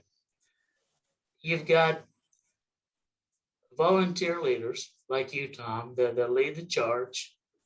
And I know that you're a farmer, and I know you've got cows. So you may be asking, why not cows? Why do you have sheep on there? Well, I tell you, sheep's are animals too, right? And you might think that I'm going to tell everybody that you're that sheep in the front, being the leader. But because you're a volunteer leader, I can't do that. You're not even on the screen. And I'm going to explain that in a minute. And you're the most impactful one on the picture. Okay. Who has seen the movie American Sniper about Chris Kyle, the American Sniper? Yep. A lot of my inspiration comes from the oddest places and things that I remember that I want to sear into my daily thinking. There's a scene, it's a flashback scene, when Chris Kyle was sitting across the table from his father, and I believe his brother or brothers. And his father said simply, and I'm going to refer to real quickly to my notes. His father, Wayne Kyle, said there's three types of people. And this applies to you, Tom, and it applies to everybody that's listening, because the remarks I'm going to get to in a moment affect all of us. Wayne said to his sons, Wayne Kyle, there's three types of people in this world: sheep, wolves, and sheepdogs. Some people prefer to believe that evil doesn't exist in this world. And even if it darkened their doorstep, they wouldn't know to protect themselves. Those are the sheep. And that's not an aspersion. That's just a fact that the world is full of sheep. It takes all kinds. I call them unaware. Okay. And then Wayne Kyle goes on to say there's the second type is the predator. Now here's where you're going to have to give me some latitude and insert your own metaphor. You've got the predators who use violence to prey on and attack the weak. They are the wolves. Ask Gary Conover or Jennifer Zins or Aaron Lowe. Ask them who the wolves are in our industry. They can tell you. They can tell you. We can tell each other. It's competitors. It's legislation. It's geopolitical. It's regulatory. So many different types of wolves out there that we can't enumerate. Nonetheless, they are the second type of people. The third type, Tom, is you. And the third type is me. And it's everybody on this call. So no need to wonder what type you are if you're listening. Wayne Kyle tells his sons, and then there are those blessed with the gift of aggression, an overpowering need to protect the flock. The gift of aggression, the overpowering need to protect the flock. How is that not the perfect embodiment or manifestation of volunteer leadership? So Wayne, or what's your name, Tom? Tom, you're not even on this screen, my friend. You are the sheepdog that's pushing for greatness from behind. You're leading from behind through your actions. And I'm delighted to take on this role after you because I've been watching you and I hope to do half as good as you did. Thank you, Tom Sebo.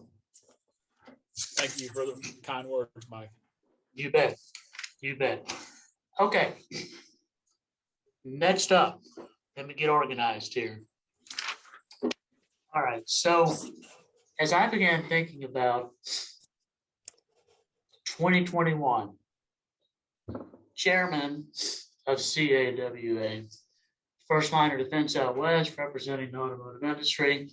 I tell you, at first thought, you think, man, I've got to do a lot to get ready for this. And then you get into self-searching and you start asking yourself questions. You start thinking about these self-imposed questions as you're preparing the mantle for leadership. What keeps me up at night? I want to talk about that in a moment. Regarding specifically CAWA, I want to dive quickly into CAWA's sweet spot. And I also asked myself, do I have an elevator pitch as to why others should belong? Do I know enough to evangelize others and get them as excited about being a sheepdog as I am. For you all, as I said, are sheepdogs. We all have a story. We all have something to contribute.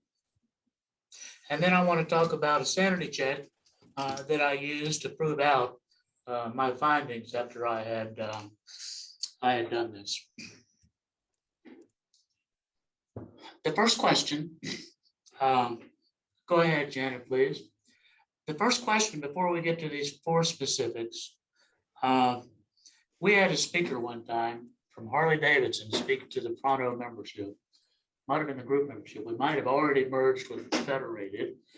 And he asked a question. He was a marketing executive, and he said something that I found provocative, and I found that I think about a lot.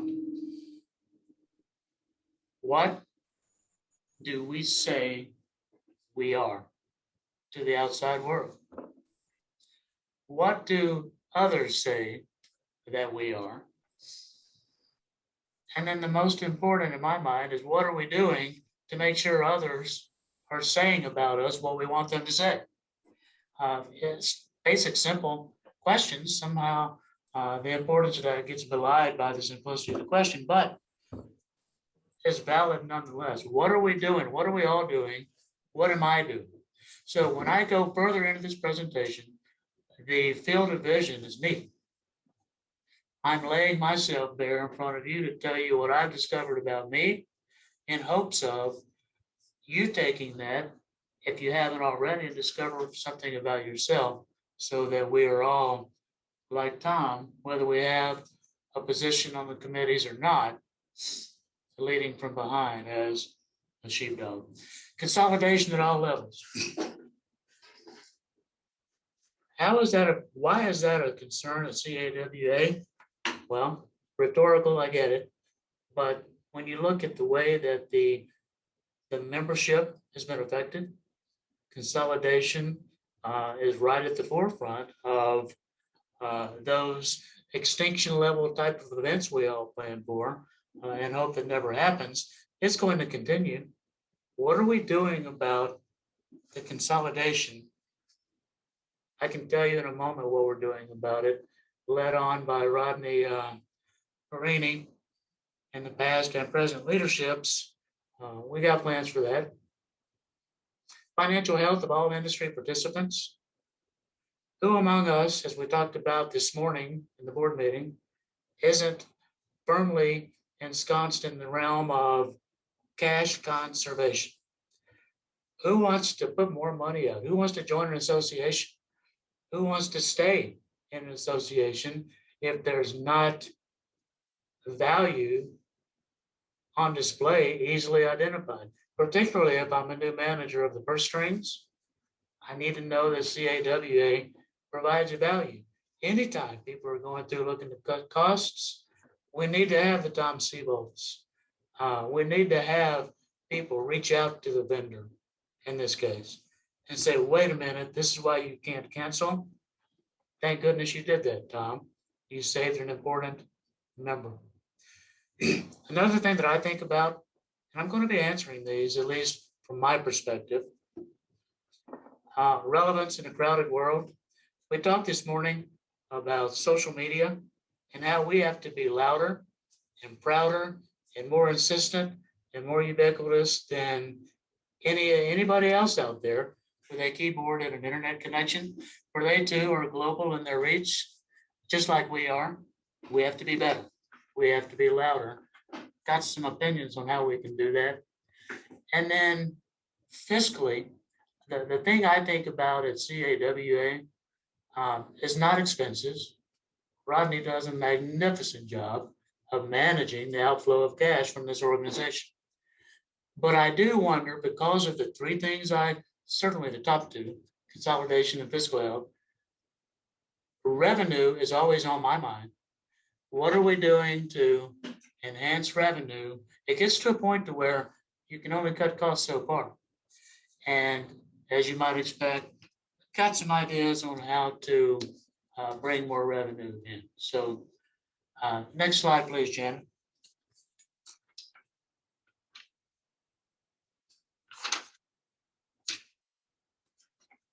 the first thing that I did in my search to find out if I had what it takes to understand enough about CAWA that I could talk to anybody about the association. Those of you present this morning earlier, we talked about the year-end report that CAWA puts out, that Rodney Perini puts out. And I made a wild confession in front of everybody. I said, this one is the first one that I read cover to cover. Why? I got a day job, right? It's no longer an excuse, at least for me. My day job is important, but this type of work with CAWA protects my day job. And I don't think that's hyperbole. I think that's fact. So as you read through it, what you'll find is the questions that you ultimately ask yourself are easily answered. Reading through this 2020 year-end report, and I hope that if you haven't, you will. It's a tour de force in what the mission of CAWA is, what we're doing around that mission, and how successful we are or aren't, gauge for yourself, in accomplishing the tenets of our mission. We're in business to keep you in business. Perhaps as good as any one-liner mission statement I've ever heard, but more specifically, the mission of CAWA to provide education, legislation, let me get my glasses on, communications, education, and legislation, regulation, advocacy, and group purchasing of services while promoting the automotive industry. Reading through that, I started to get clues on what my elevator pitch would be. It started to come in focus. It started to embolden me as to maybe, just maybe, I can talk to anybody at any time about CAWA and why I belong.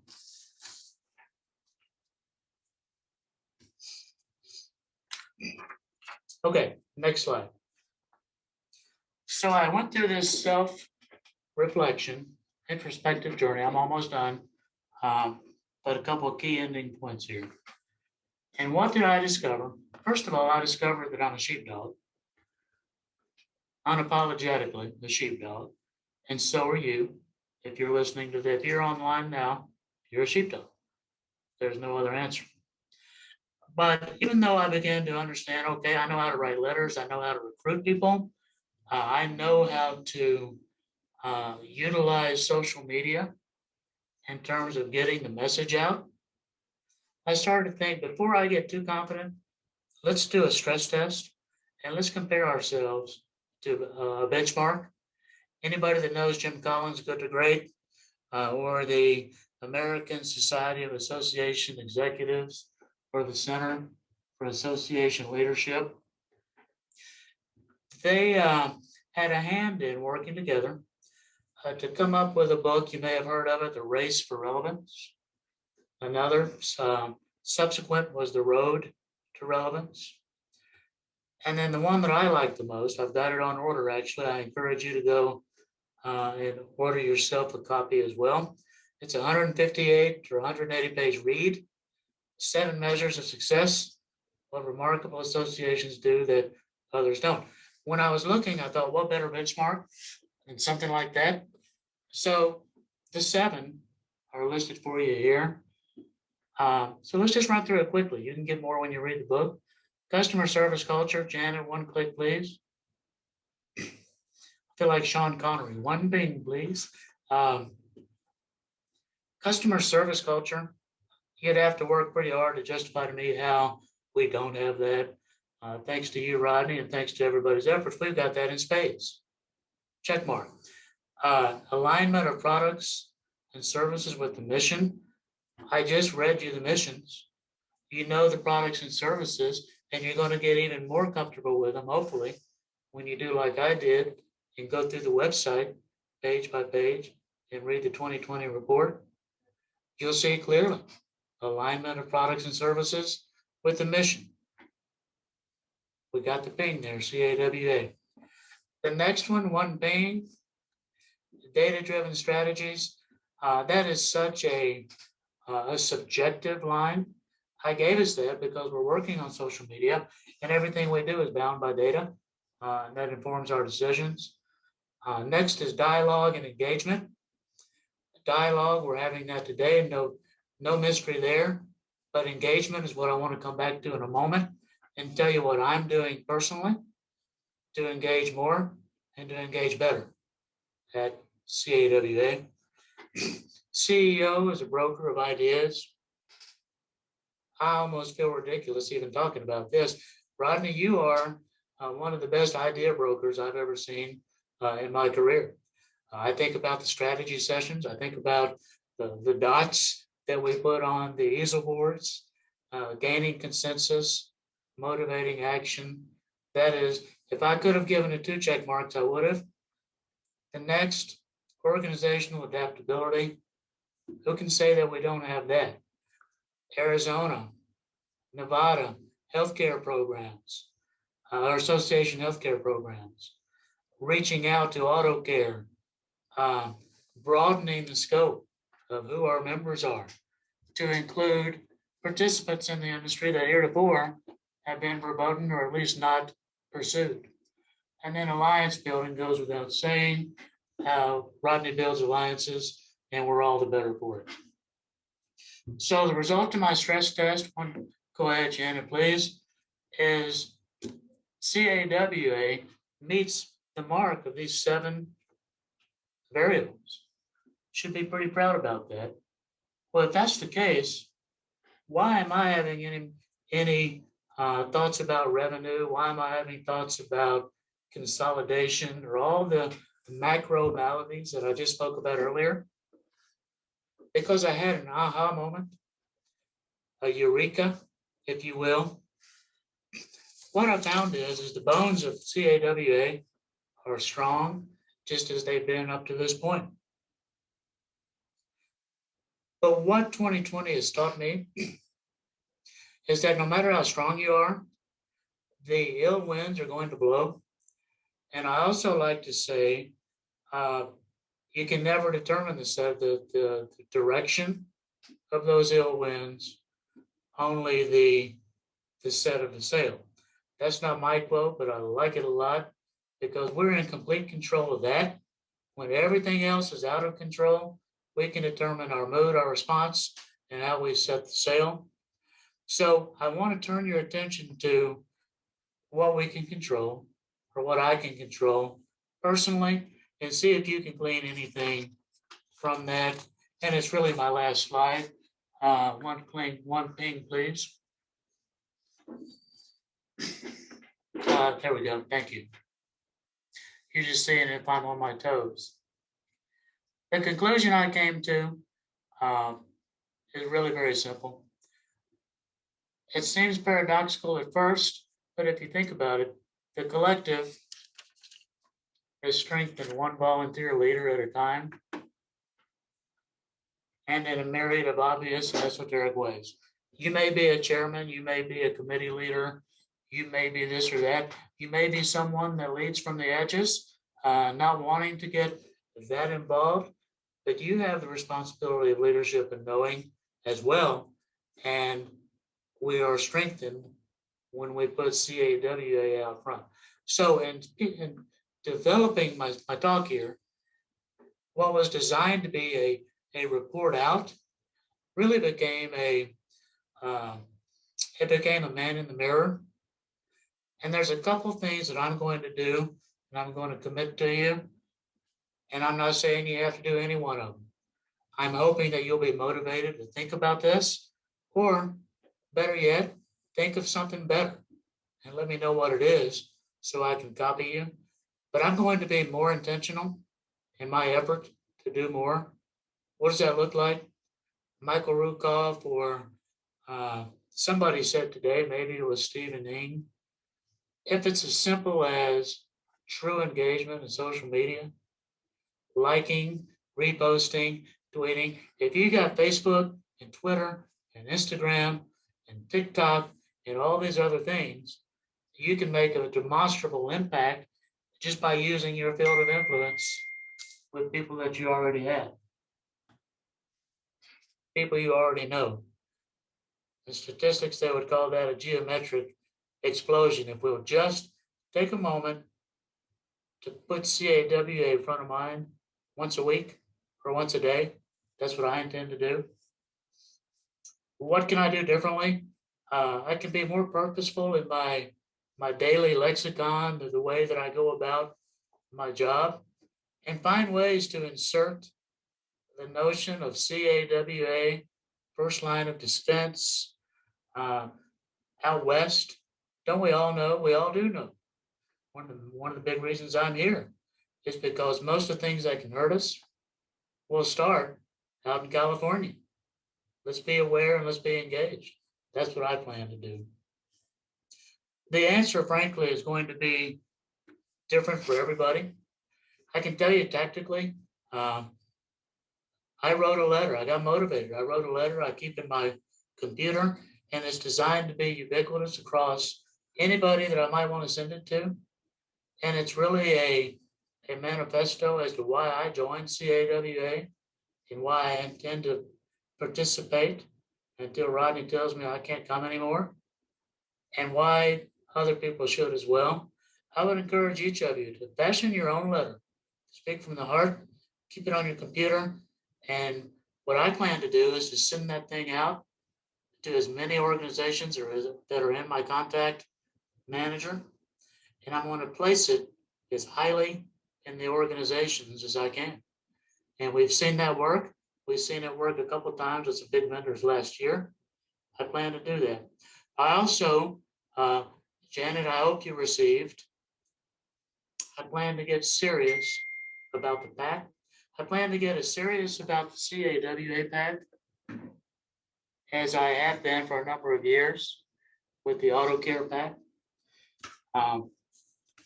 I've made a promise to myself, and I'm making a commitment to you that I will continue to support the CAWA PAC.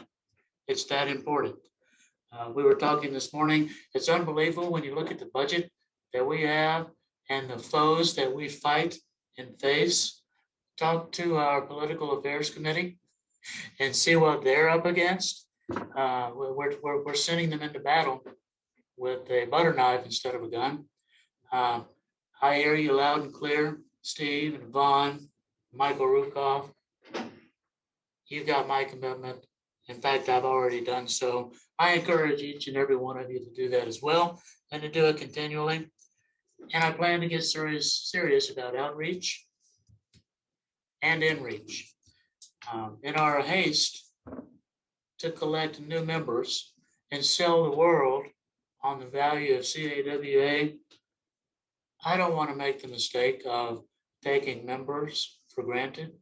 I want to recourt everybody as much as we can and make sure everyone knows how much we appreciate them, and the need and the value that they bought into when they first joined is still there, albeit pronounced and more pressing now than it ever has been.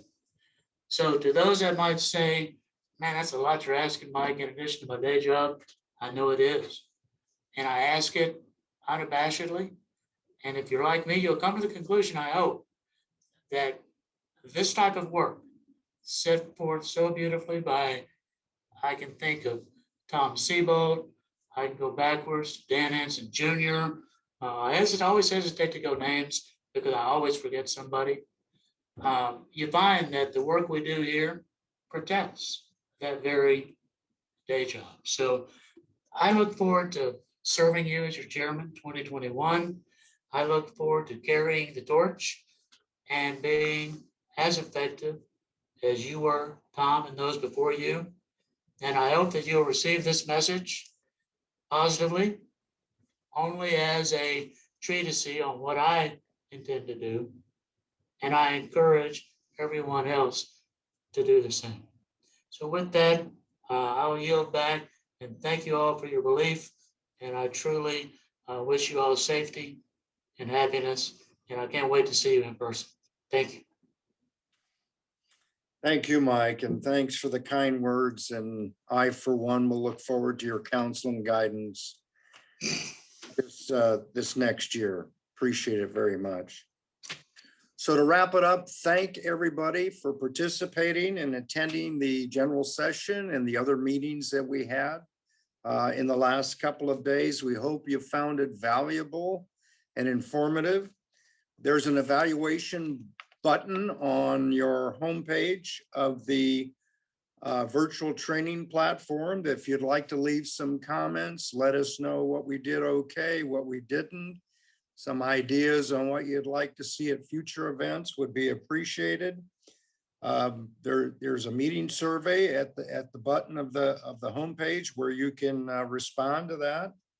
And should you have a need to get these presentations and download them, that's also on the virtual platform. You can download any presentation that was made today in the general session. Thanks so much to Janet Waldy, who really put together this program and managed the program during this 2 days. It was a job very, very well done.